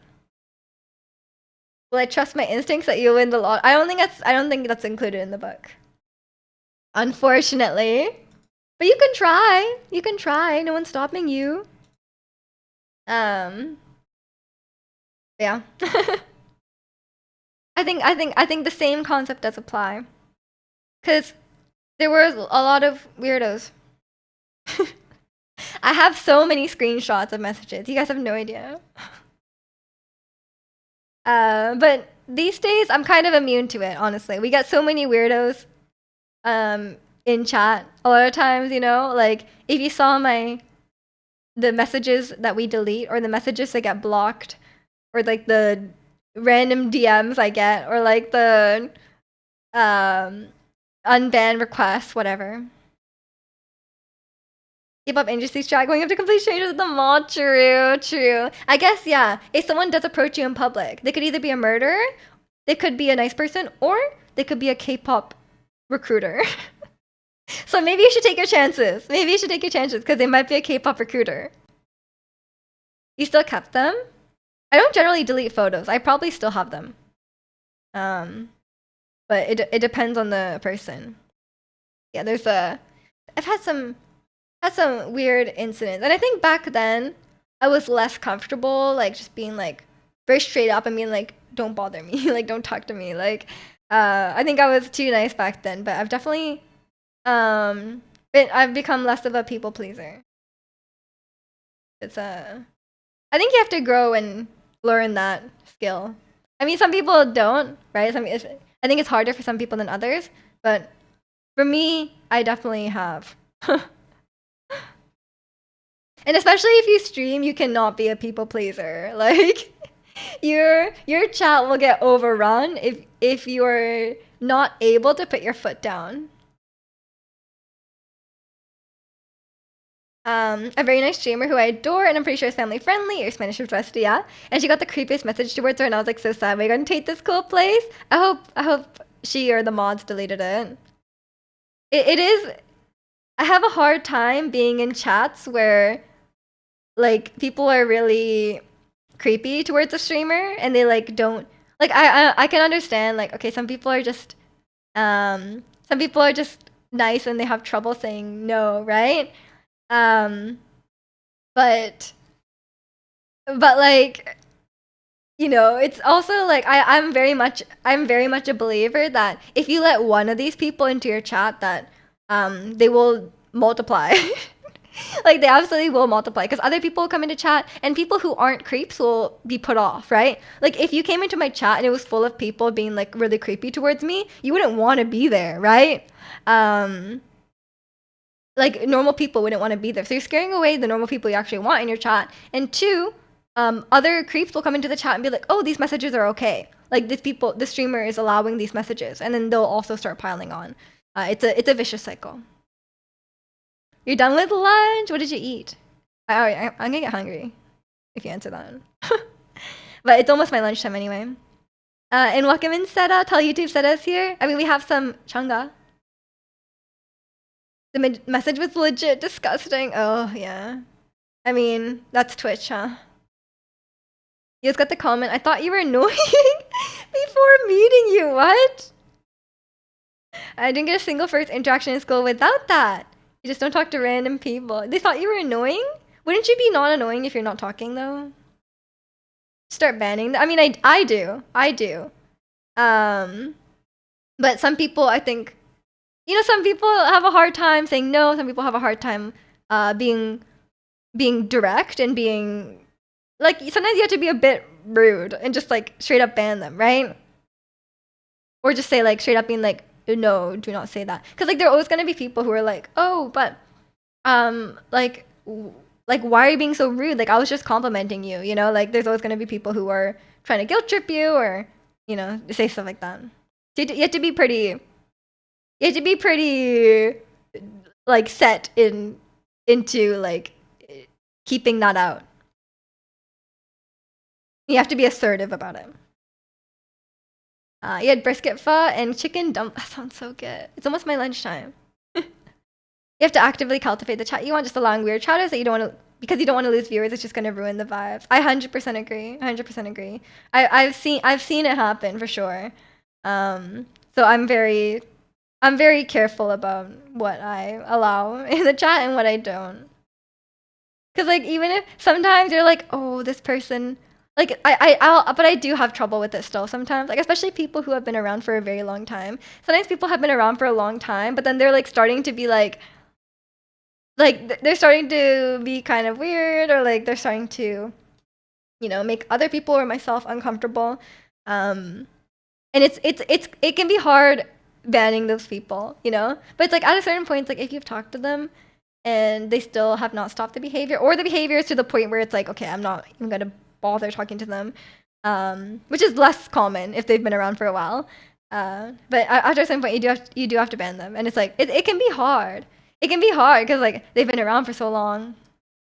Or some people are like very borderline, you know, like some people are like weird, and you're like, oh, they're not weird to the point where like insta ban them, because if they're like really really creepy, you can just insta ban them, right? It's like an easy decision. But like some people are like towing the line, you know? So, and they're like maybe only weird like sometimes a little bit, and you're like, oh, I don't know if I should. Don't know, like it could be hard decisions. But yeah, I 100% think the streamer is very much in control of what their chat is like. Maybe not if you have like 10,000 viewers. Like maybe it's a bit harder to control, but I think this stream also reflects the streamer. Can you tell Leon he's hot? He knows. He knows. But yeah, it's a tough balance for sure. Bunch of weaves in here. Yeah, see look what I did. I didn't put my foot down at the first weaves, and now they've multiplied. About to say the same thing. I think the internet is just full of weaves. What can I do? I've been playing Genshin. I play Genshin, and I've been playing Nintendo games. A lot of weaves. It's just how it happens. But we ban the really weird ones. Like if someone comes in calling me like, "Hello, Maya-sama," like you know, like those people get banned. When I stream Baldur's Gate co-op run with Mitra, there'd be no weaves allowed. Have you committed to it now? You got at least 2 level 3s in your community. Yeah. No, we have at least like 3. I don't know. Something like that. I'll have to check the roles on Discord. But yeah, it's a I can speak for myself. I didn't keep the weebs out at the start, and now they've taken over. Like if you let one in, they just multiply, and there's just so many of them. You know, like what can you do? Yeah, I hate watching a stream where like someone's being really creepy to the streamer, and they're clearly not into it. They're clearly like uncomfortable with it, but they just keep going. I'm like, oh, I can't watch it. I can't watch it. It's too painful. Like, just tell them to stop. Like, please. It's a rough time. Like, if they're okay with it, they're okay with it. But if they're clearly uncomfortable with it, and the person just keeps going, it's like, oh, that's a can't watch. I can't watch. My poor heart.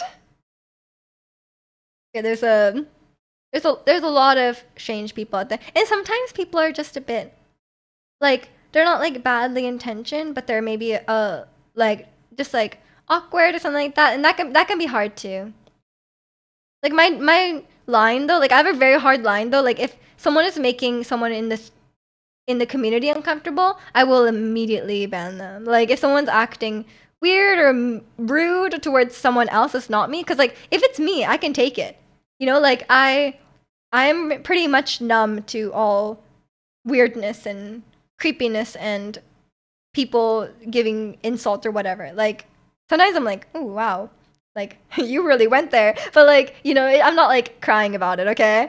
But if they're weird, if they're like being weird to someone in the community, then it's like that's where I immediately draw the line.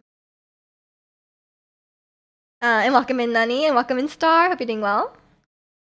We like to hang out with your Israeli fans, but the fact that you have to speak a second language for a few hours is really tiring on your social battery. No, that makes sense. I think it's more tiring on your brain. I completely get what you mean. Cause like it's a lot more effort for me to speak Japanese for a long time. Cause you have to really think, right? Cause if it's your second language, you really have to think about it. That's completely understandable. We bully each other a lot though. Sometimes I feel like I kind of crossed the line. You have never gotten even close to crossing the line, Ricky. You're too nice. Don't even worry. Case in point, Ernie. True. Yeah, we like to bully around here for fun. And even like people who are completely new to the chat can have joined in, right? Like it is completely depends on like how you do it, you know? Like it really just depends on how you do it. You can come in right away and roast me. Like I do not mind. Like that is like the vibe of the stream, right? But you know, you just have to match the vibe. You know, someone comes in and they're like, "You're a disgrace to society" or something. I'll be like, okay, like that's maybe not the playful banter we're looking for, you know? Actually, maybe that is okay. I don't know. That sounds kind of crazy. Am I Korean? No, I'm Japanese.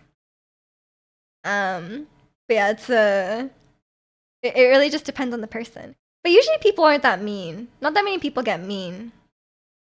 She loves what? He got traded? To where? My boy! My precious boy she loves. Oh no! Well, I hope he's like got something good. I'm like a bit of banter. You don't think I go too far with you guys? You're worse elsewhere. Who are you being so mean to? And then Elisa email, are you saying you're really mean to Elisa? That can't not be right. There's no way you can be that mean to Elisa. Even told out the meanest thing you could do to a Japanese person, tipping them at a restaurant apparently is considered rude. I mean, if you're a foreigner, I think they'll kind of be like, oh, like you don't need to tip here. It's probably fine. If I follow morning musume, that's only one part of level 2 weeb that fits me, am I still a weeb? I don't know what that is. I cannot speak for this. Maybe the other weebs in chat can speak to this. But But it's okay if you only have 1 point. Because, like, you might only be into anime and not into JRPGs or VTubers or anything like that. Penguins? Pittsburgh Penguins? Like, in the NHL? J Idol Group? Oh, I think J Idol Group is pretty level 2. I'm sorry, Seta. Do you follow them pretty closely? Like, do you know their names? Because that's level 2. I specifically put that in there. Don't tell Elisa there's a Penguin hockey team or she'll never support the Canucks. I mean, Jack loves Penguins too, but he's Team Canucks. Can't believe I found out in Twitch chat. Oh no, Minnie, I'm sorry. No, she loves. Morning Musume is at the group with a 12. There's a 12-year-old? What? Used to follow them closely, but now it's only occasional. Well, then maybe your level you've dropped back down to level 1. If you stop the weeb behaviors, you can drop back down. She lost got traded. Oh, guys, this is rocking the Twitch chat. This is making waves. She loves is traded. You guys know we all love him here. This is the She Loves. This is She Loves chat. Do you have your bets on the Cubs or the Yankees? I don't. I've no idea. I don't follow baseball at all. Is there hope for you, Major protagonist? Do you even have to ask? Do you even have to ask about the? No. Don't worry, Miss May. I have groups that are like 12 years old. I mean, Seta would know. I have no idea. All the Shelob supporters come out of the shadows. Baseball is just bad cricket. Jack was just texting me this morning about wanting to see baseball. But I was like, we don't have an MLB team. It's like minor league baseball or like Canadian league baseball. But I was like, I feel like baseball's boring. Like I've watched Major League Baseball and it was still super boring. Because they spend so long like just walking to the ball. Like it's so slow. It's slower than football. No offense. Might as well ask for tag. You're off the deep end. It's too late for you. He went to the Penguins. Wait. So is he in the NHL now?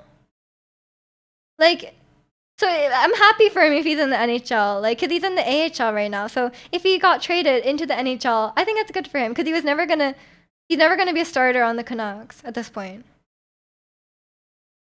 I used to be closer in age to my favorite members, but now that I'm much older, the group hasn't caught my interest. Oh, okay, yeah, that makes sense. Jack needs to come to Toronto for baseball. Yeah, the Blue Jays? Like tier 3 or 4. Not even tier 2. At the moment, all the members are, except one, are over 18. That's good. And welcome in, Sonna. Hope you're doing well today. 9-hour game. That's too much. Baseball was a national sport in Cuba. I never watched a single match. Yeah. Same as before. He's either AHL for NHL. He would need to be placed on waivers to go down, and someone would 100% claim him. He'll be the backup. So he's like second in the NHL. That's so good. I'm happy for him. Cause like right now he's like the third backup. I mean, Toronto has a baseball team. Yeah. But Canada, not Canada. Vancouver doesn't. Probably makes the NHL and the Penguins. Yeah, good job, Sheila. I think that's good. My car AC is now functional again. Let's go. I would not survive in the car without AC. Like when you park your car and you come back and it's like 5,000 degrees in your car. It's like the steering wheel is burning your hands off. Like, come on. Depends for their backup to San Jose, so they kind of need one. Oh, okay. Well, that's okay. I think him being in the NHL is worth it. I'm probably not much of a fan these days. I'll watch a new video when it's released, but then I'll go back to my other music fave, like twice. Which is more boring to Canadians, baseball or cricket? I've never watched cricket. I've only watched like one game of baseball. I mean, I've told this story. We went on a school trip to Chicago, And we watched the Cubs versus, I think it was Pittsburgh as well, Pittsburgh Pirates, and it was so boring. It was so boring and so cold. It was freezing. And then half our class went to wait in the car. Like everyone just gave up. I did watch the whole game, but it was super boring. Cars in the sun, they're just pizza oven. They are. The old car broke. It was sad, and I drove this car and it was also broken. Thank goodness for your little brother. Ernie, you need a reliable car. Why do your cars keep breaking? If I drive anywhere, you shower after. Oh no. That's rough. I spent 450 on your AC and it leaks again. Damn, it just keeps, I guess something's really wrong with it. Most of the idols I liked are now moms. No way. You still follow them on Instagram. It's been a while then. And welcome in, Tomaya. Hope you're doing well today. Went to a baseball game recently. It was the local team against Toronto. It was a good game. Is it fun? I just thought it's such a slow sport. You never own a new car and you have a mechanic brother. I mean, yeah, if you have a mechanic brother, that's fair enough. I mean, you don't need a new car. You know, as long as it's reliable. Like reliable older cars. I listened to the news about a girl who died in a closed car in the sunlight waiting for she left her daughter in the car for 8 hours? That's so bad. I mean, you shouldn't leave children in the car, first of all. And you shouldn't leave dogs in the car. If you see a dog in a hot car, you should call the ambulance. Not the ambulance. You should call like a non-emergency line. One time I went to LA Angels game for $5 in 2010 on a school trip. All the classmates I was with left at the 7th inning. Yeah, exactly. Very classic. No one wants to watch it, man. Relaxing today. These past weeks are really stressing and tiring. Aw. Now I'm finished the project. You're chilling. That's great. I'm GG's on finishing the project. 90 Days Made. I've been listening to the song a lot. The English version. I don't mind the lyrics except for the one it's like, oh, I'm in your hands now. There's no one better. Hands down. I was like, oh, okay, that's not a good lyric. It's not a good lyric. I'm sorry, Gio. But the rest of it is not too bad. We'll take it. That's a win for English versions. If you leave a kid or animal in your car when it's hot, I'm breaking your window, giving you a flat tire. I mean, yeah, you absolutely should. If you see like a baby in a hot car, you should break the window. Or call someone to break the window safely. My impression of baseball is they waste too much time missing the ball. Yeah, they spend so much time running after the ball. Like the ball like goes so far away and the field is so big for how little people there are on the field, you know? That's why it takes so long. They like spend a lot of time running after the ball or missing the ball and then like throwing it back, you know? Stuff. It's so much. Like it's like hurry up. You love going to baseball games, but I know it's not for everyone. I mean, that was my only experience with baseball, so maybe I just haven't had a good one. We should have gone to a T20 cricket game. What does that even mean? Tier 20? Can't see Miju hitting cricket more than baseball? I don't know. Seems like similar, right? Banger though, of course. You like Nightmare is the best. Nightmare and Don't Want to Go Back. So good. Jill had such a good album. Too much time playing with the ball. Very sports behavior. You know what the sports people was playing with the ball. Now baseball has a pitch clock. Games are now equal to other pro sports. They could just spend as much time before pitching. Cricket games can last for days. Baseball is 3 hours. 3 hours is so long. That's the one thing I don't like about hockey. The game is only 60 minutes of play, but it takes 2.5 hours. It's so long. And they end so late. Like you go to Canucks game and you're not home for a while. You're not home till very late. T20 is a faster version. Each team bowls 20 overs. So how long does it take? How many in hours? 6 pitches. Okay. But how long is it? I like the length of a football game. Because it's like 90 minutes and maybe like 100 minutes. It doesn't seem too bad. Even though it's a slower sport, it doesn't take as long as hockey. Because hockey, they take a lot of breaks. I heard that. I was like, what? I know it's a long time. It's like 4 hours. That's so long. Imagine watching the Canucks on the East Coast or League MSI, and these jerks decided they want to play all 5 games. Oh yeah. If you watch League too, that's a long time. I don't know how long. I guess that would take like, yeah, it would take like 5 hours. And if they played like 7, if they went to game 7, wouldn't it be so long? A test match is 3 to 5 days. I'm not going to that. Jack can go by himself. There's like a recent diss battle in the Japanese hip hop scene recently. Nice. But it's early afternoon. It's not like you get back home late. I'm not spending 4 hours. Like that's so long. So long. Hockey is already too long. It's like 2.5. Some baseball games start at 1:07. 1:07? That seems very specific. You'd be home by dinner. That's fine. I like that. Even though it would be really hot in the middle of the day, it's kind of nice. But as long as there's like shade at the arena, because like I like watching Whitecaps because the stadium is undercover. Like you're not in the sun. And in hockey, obviously you're indoors, so it's fine. It might be a bit cold even because it's like you're on the ice. Can't watch a test match in their entirety. Yeah. For now, yeah, Whitecaps might move stadiums. And BC Place is really nice. Our local stadium is so nice. But it's probably very expensive and they cannot fill it out. Like people here do not care about soccer that much.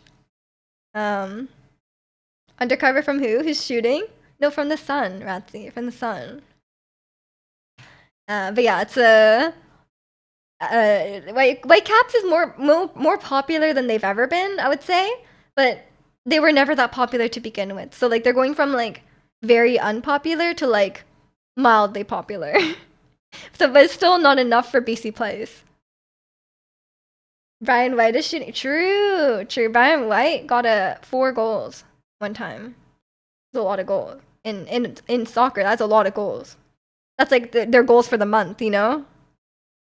They had Messi. I mean, even before Messi, they were doing quite well. So I think they were like mildly popular, but every time we've gone, it's not full. It's nowhere near full. You never been to a live soccer game, but you watch it on TV? I didn't know you're such a sports guy, Ernie. Or that is brain white. Brain. Hector's brain originally. Ratzi knew. Why is there so many green names, by the way? All of you green names are taking over the chat, apparently. I've never been a soccer guy, but watching on TV is mesmerized. What? I don't understand your guys' sports brains. How is it mesmerizing? I think soccer is slow too, but at least the games are shorter, you know? Made you turn on soccer? I like the summer vibes of the soccer games. Cause it's like a nice sunny day and people are running on the grass. But like there's a lot of downtime. There's a lot of downtime in between like exciting moments. Like they're not near the goal.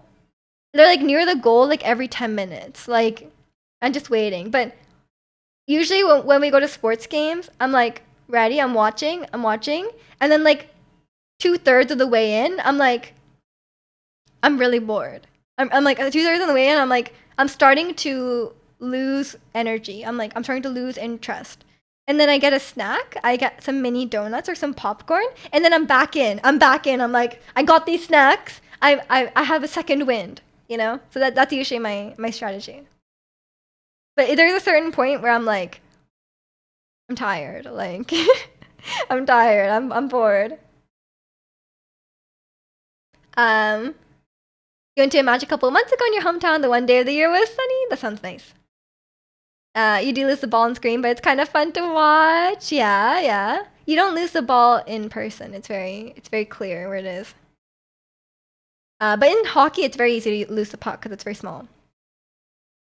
You only watch the women's league, though. I mean, that's good too. Our most famous soccer player is a woman.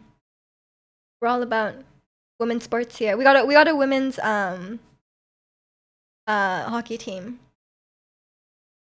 Soccer is like anime, but for people who focus on the ball. What? Wait, what do you even mean? Talking about 107, you both find it fascinating when traveling. The flight once it departs, telling the arrival time is like 2:03. You get there 2:03. Not always. Football is a winter season though. Is it? I thought they play in the summer. Mija describing soccer. It's a nice sunny day and people run on the grass. Am I wrong? Actually, my experience playing soccer is it's rainy, it's cold, it's miserable, and I'm standing on the grass. On the ground, best song ever. Yes, I love On the Ground. Next time you see Zirconian and Gwen, they should take. They're not even remotely in the same location. Are you saying I should go to 2 soccer games, one in Wales and one in Norway? What does that mean? Why are you grouping them together? I think most of the soccer matches are quite boring. They're games that are the best usually for people who fall for soccer. Watch one of those epic games. Yeah, like some games, there was like a high score, and some games there's like it's like 1-0, and it's like, oh, so boring. The football season goes through the summer because the ground is frozen during winter. Yeah, fair enough. Always has been the experience for me. Maybe you guys are very punctual. Because sometimes we arrive early, sometimes we arrive like 5 minutes late, but it's usually pretty accurate. There are Australian rules competitions in BC, a men and women game. Nice. MLS is the only one that has a summer season in Japan too. And Norway. Is it weird that some of my favorite Japanese singers do anime themes, but you're not much of an anime watcher? No, I think most popular Japanese singers do anime themes at some point. Cause they try to get like really popular singers to do anime themes, right? Like if you're making a new anime, they'll like hire like, oh, who's famous right now? We'll do that person. Normally it's like August to April. That sounds miserable. I don't want to go in the winter. I was thinking they're going to also go to Wales considering they have better soccer teams. I don't think Wales has a good soccer team. I've heard they're good at rugby, but not soccer. You watch all kinds of soccer games and your brain does check out sometimes, but the keeper for the team we follow is insane. So I enjoy watching her saves watching her make saves look like they're nothing. Nice. The Whitecaps goalie is Japanese, so I like him too. And Norway, yeah, thank you. Vancouver Cougars has a women's team. Oh, nice. I've never seen them, but I never saw Whitecaps so recently as well. 2022 Soccer World Cup final match was so entertaining. You're standing almost the entire time. I never watched them, so I never watched the World Cup, but the World Cup is going to be in Vancouver, so maybe I'll watch the ones that are in Vancouver. The Welsh women are currently 4-0 down to England. Oh no. Yeah, I heard they aren't good at rugby these days either, unfortunately. I was like, is this K-pop? Yeah, it's Handlebars, Bars, Jenny, and Dua Lipa. The team we follow is the San Diego Wave, and the keeper is Canadian. Let's go, Canadians. Canadian women, really good at soccer, including me. Hate to say it, including me. I had a long career ahead of me, you know. But yeah, I don't know. If I had to pick one sport that I would enjoy the most, I think it is hockey. You know, I'm a hockey guy at heart. I come from a hockey family. I'm a hockey guy. But I do think the games are long. I would be happier if the games were half as long. Yeah, I'm just that good at soccer. Wales has 3 teams in the second best English soccer league. I don't think number of teams is correlated with how good they are. Best sport is baseball. You can sometimes cut the tension between players with a knife. Like they're mad at each other. But in hockey, they fight each other, like physically. They punch each other. You still haven't watched K-pop Demon Hunters? Everyone was saying it's good. I haven't watched it either. You have watched more hockey games than you? Maybe? I feel like I've watched quite a few throughout my life, though. But maybe at this point you have. Because like my family always watches hockey, but I don't join them very much. These days I do, because like now that I don't live there, I'm like visiting, so I'm like in the living room watching the game. But before I would just be in my room, so I guess I wasn't watching. There's three teams located in Wales that play pretty good soccer. Yeah, fair enough, fair enough. I'm just going off what Gwen and Key told me, okay? About their soccer team and rugby team. They got me a rugby shirt, and I realized I still haven't worn it on stream. I need to wear it. Maybe I'll play Resident Evil and wear my Wales rugby shirt to really represent Wales in that, or Gwen specifically in that moment. Canadian soccer has a bit more biff than other countries. No, in hockey they're fighting. They're like dropping the gloves and punching each other in the face. So that can be entertaining. K-pop Demon Hunters is a fun watch. You love the animation, choreography, and the songs there, Bob? Yeah, that's what I've heard. The look in the eyes between the batter and the pitcher. It never gets old and every throw of the ball. And swinging the bat has the under the seat. I mean, you're a baseball guy, you know? You watch K-pop Demon Hunters and enjoyed it? Nice, nice. The Welsh teams don't have Welsh players. Wales, the national team, isn't great either. Yeah, makes sense. You're gonna be disguised as a Welsh. As a Welsh. Why does that sound weird? On Halloween, is Gwen gonna be happy about that? I think she would love that. She's the one who got me the shirt, so I think she would enjoy it.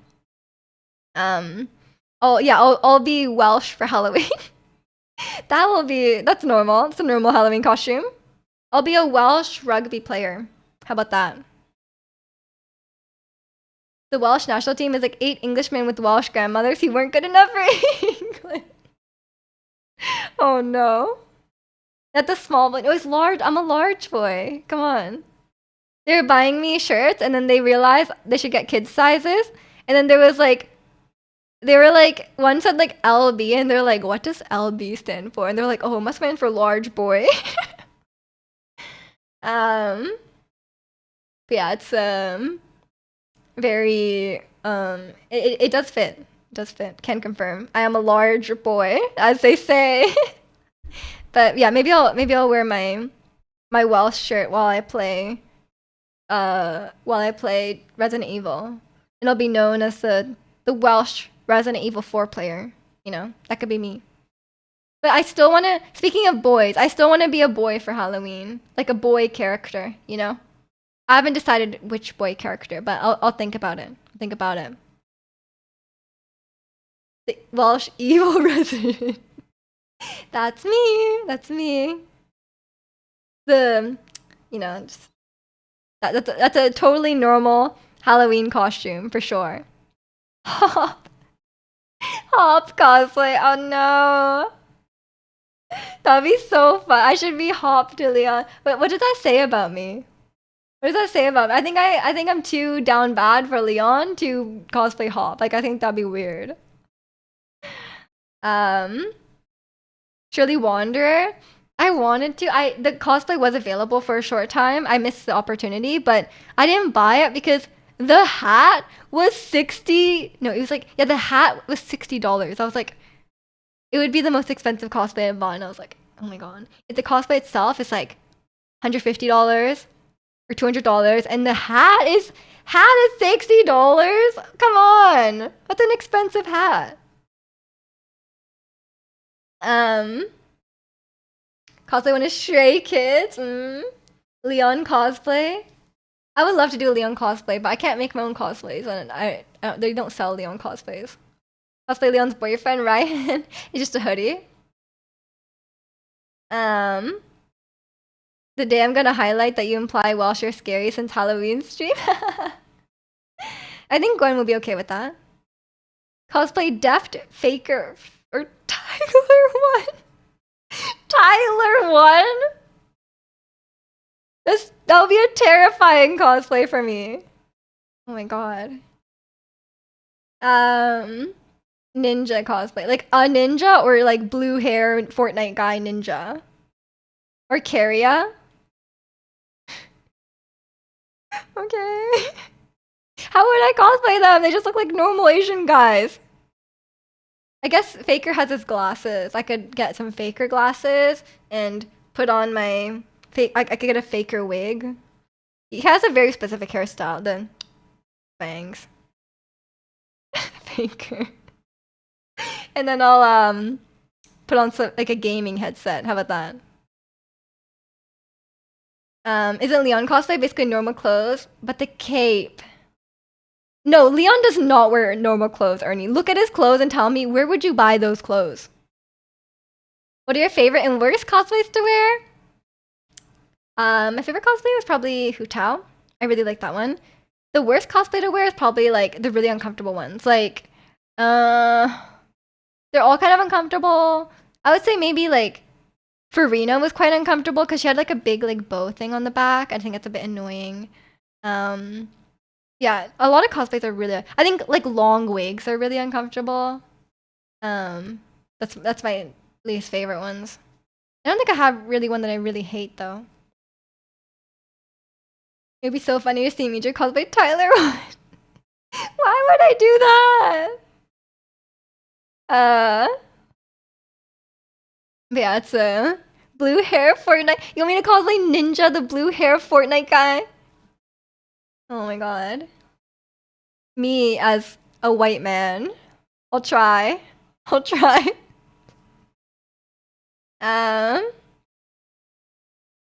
If I ever cosplayed, you just be a Star Trek character? That'd be cool. Isn't Tyler One cosplay just balding and a vest? And like big muscles, I guess. He's very muscular. I need like a muscle suit. Yeah, your Leon's confused. Oh, no, you thought it was Leon Kennedy. No. This Leon, except in his normal clothes. I could do it. I could do some good Resident Evil cosplays though. Like I would be a really sick Ada. Or I guess we could do Leon Kennedy. It's funny. Mr. X. Oh no. They meant Leon S. Kennedy too. No.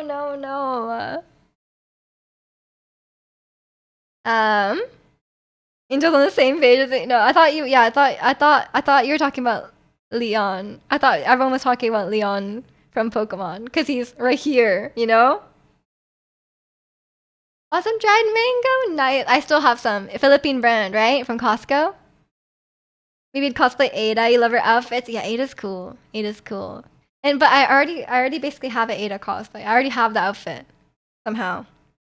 I would just need the harness. That would be a good Halloween costume.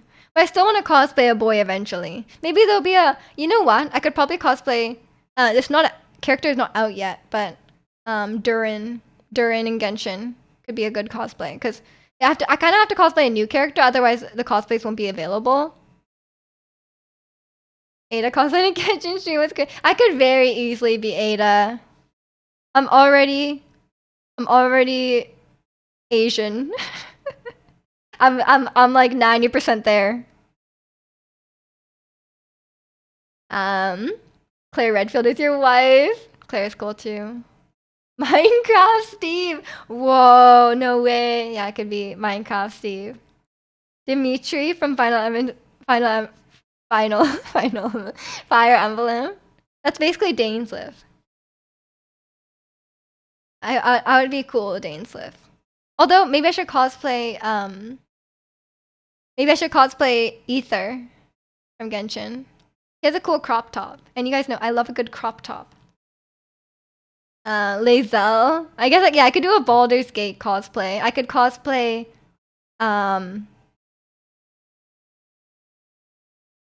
yeah, actually, as much as I would love to do a Baldur's Gate cosplay, I don't even know who I would cosplay. Like, I would who?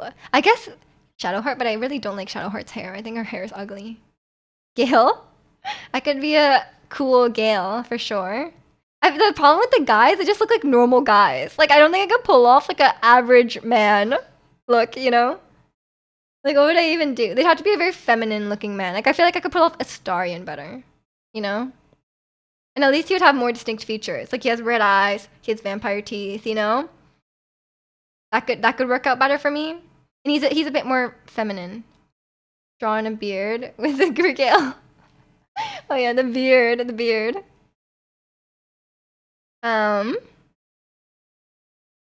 Sit lolly cosplay. Yeah, if I was gonna cosplay any of the current Genshin women that I haven't already done, I probably would. I do like Sit lolly. I think she has a cool outfit. I was considering getting her. I was like, oh, I kind of want Sit lolly now.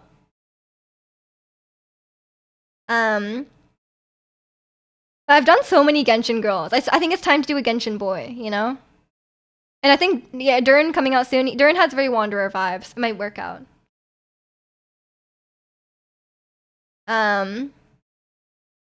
Ether would look pretty well. It's a very unisex costume. Yeah, I think a lot of the young Genshin guys are pretty feminine looking.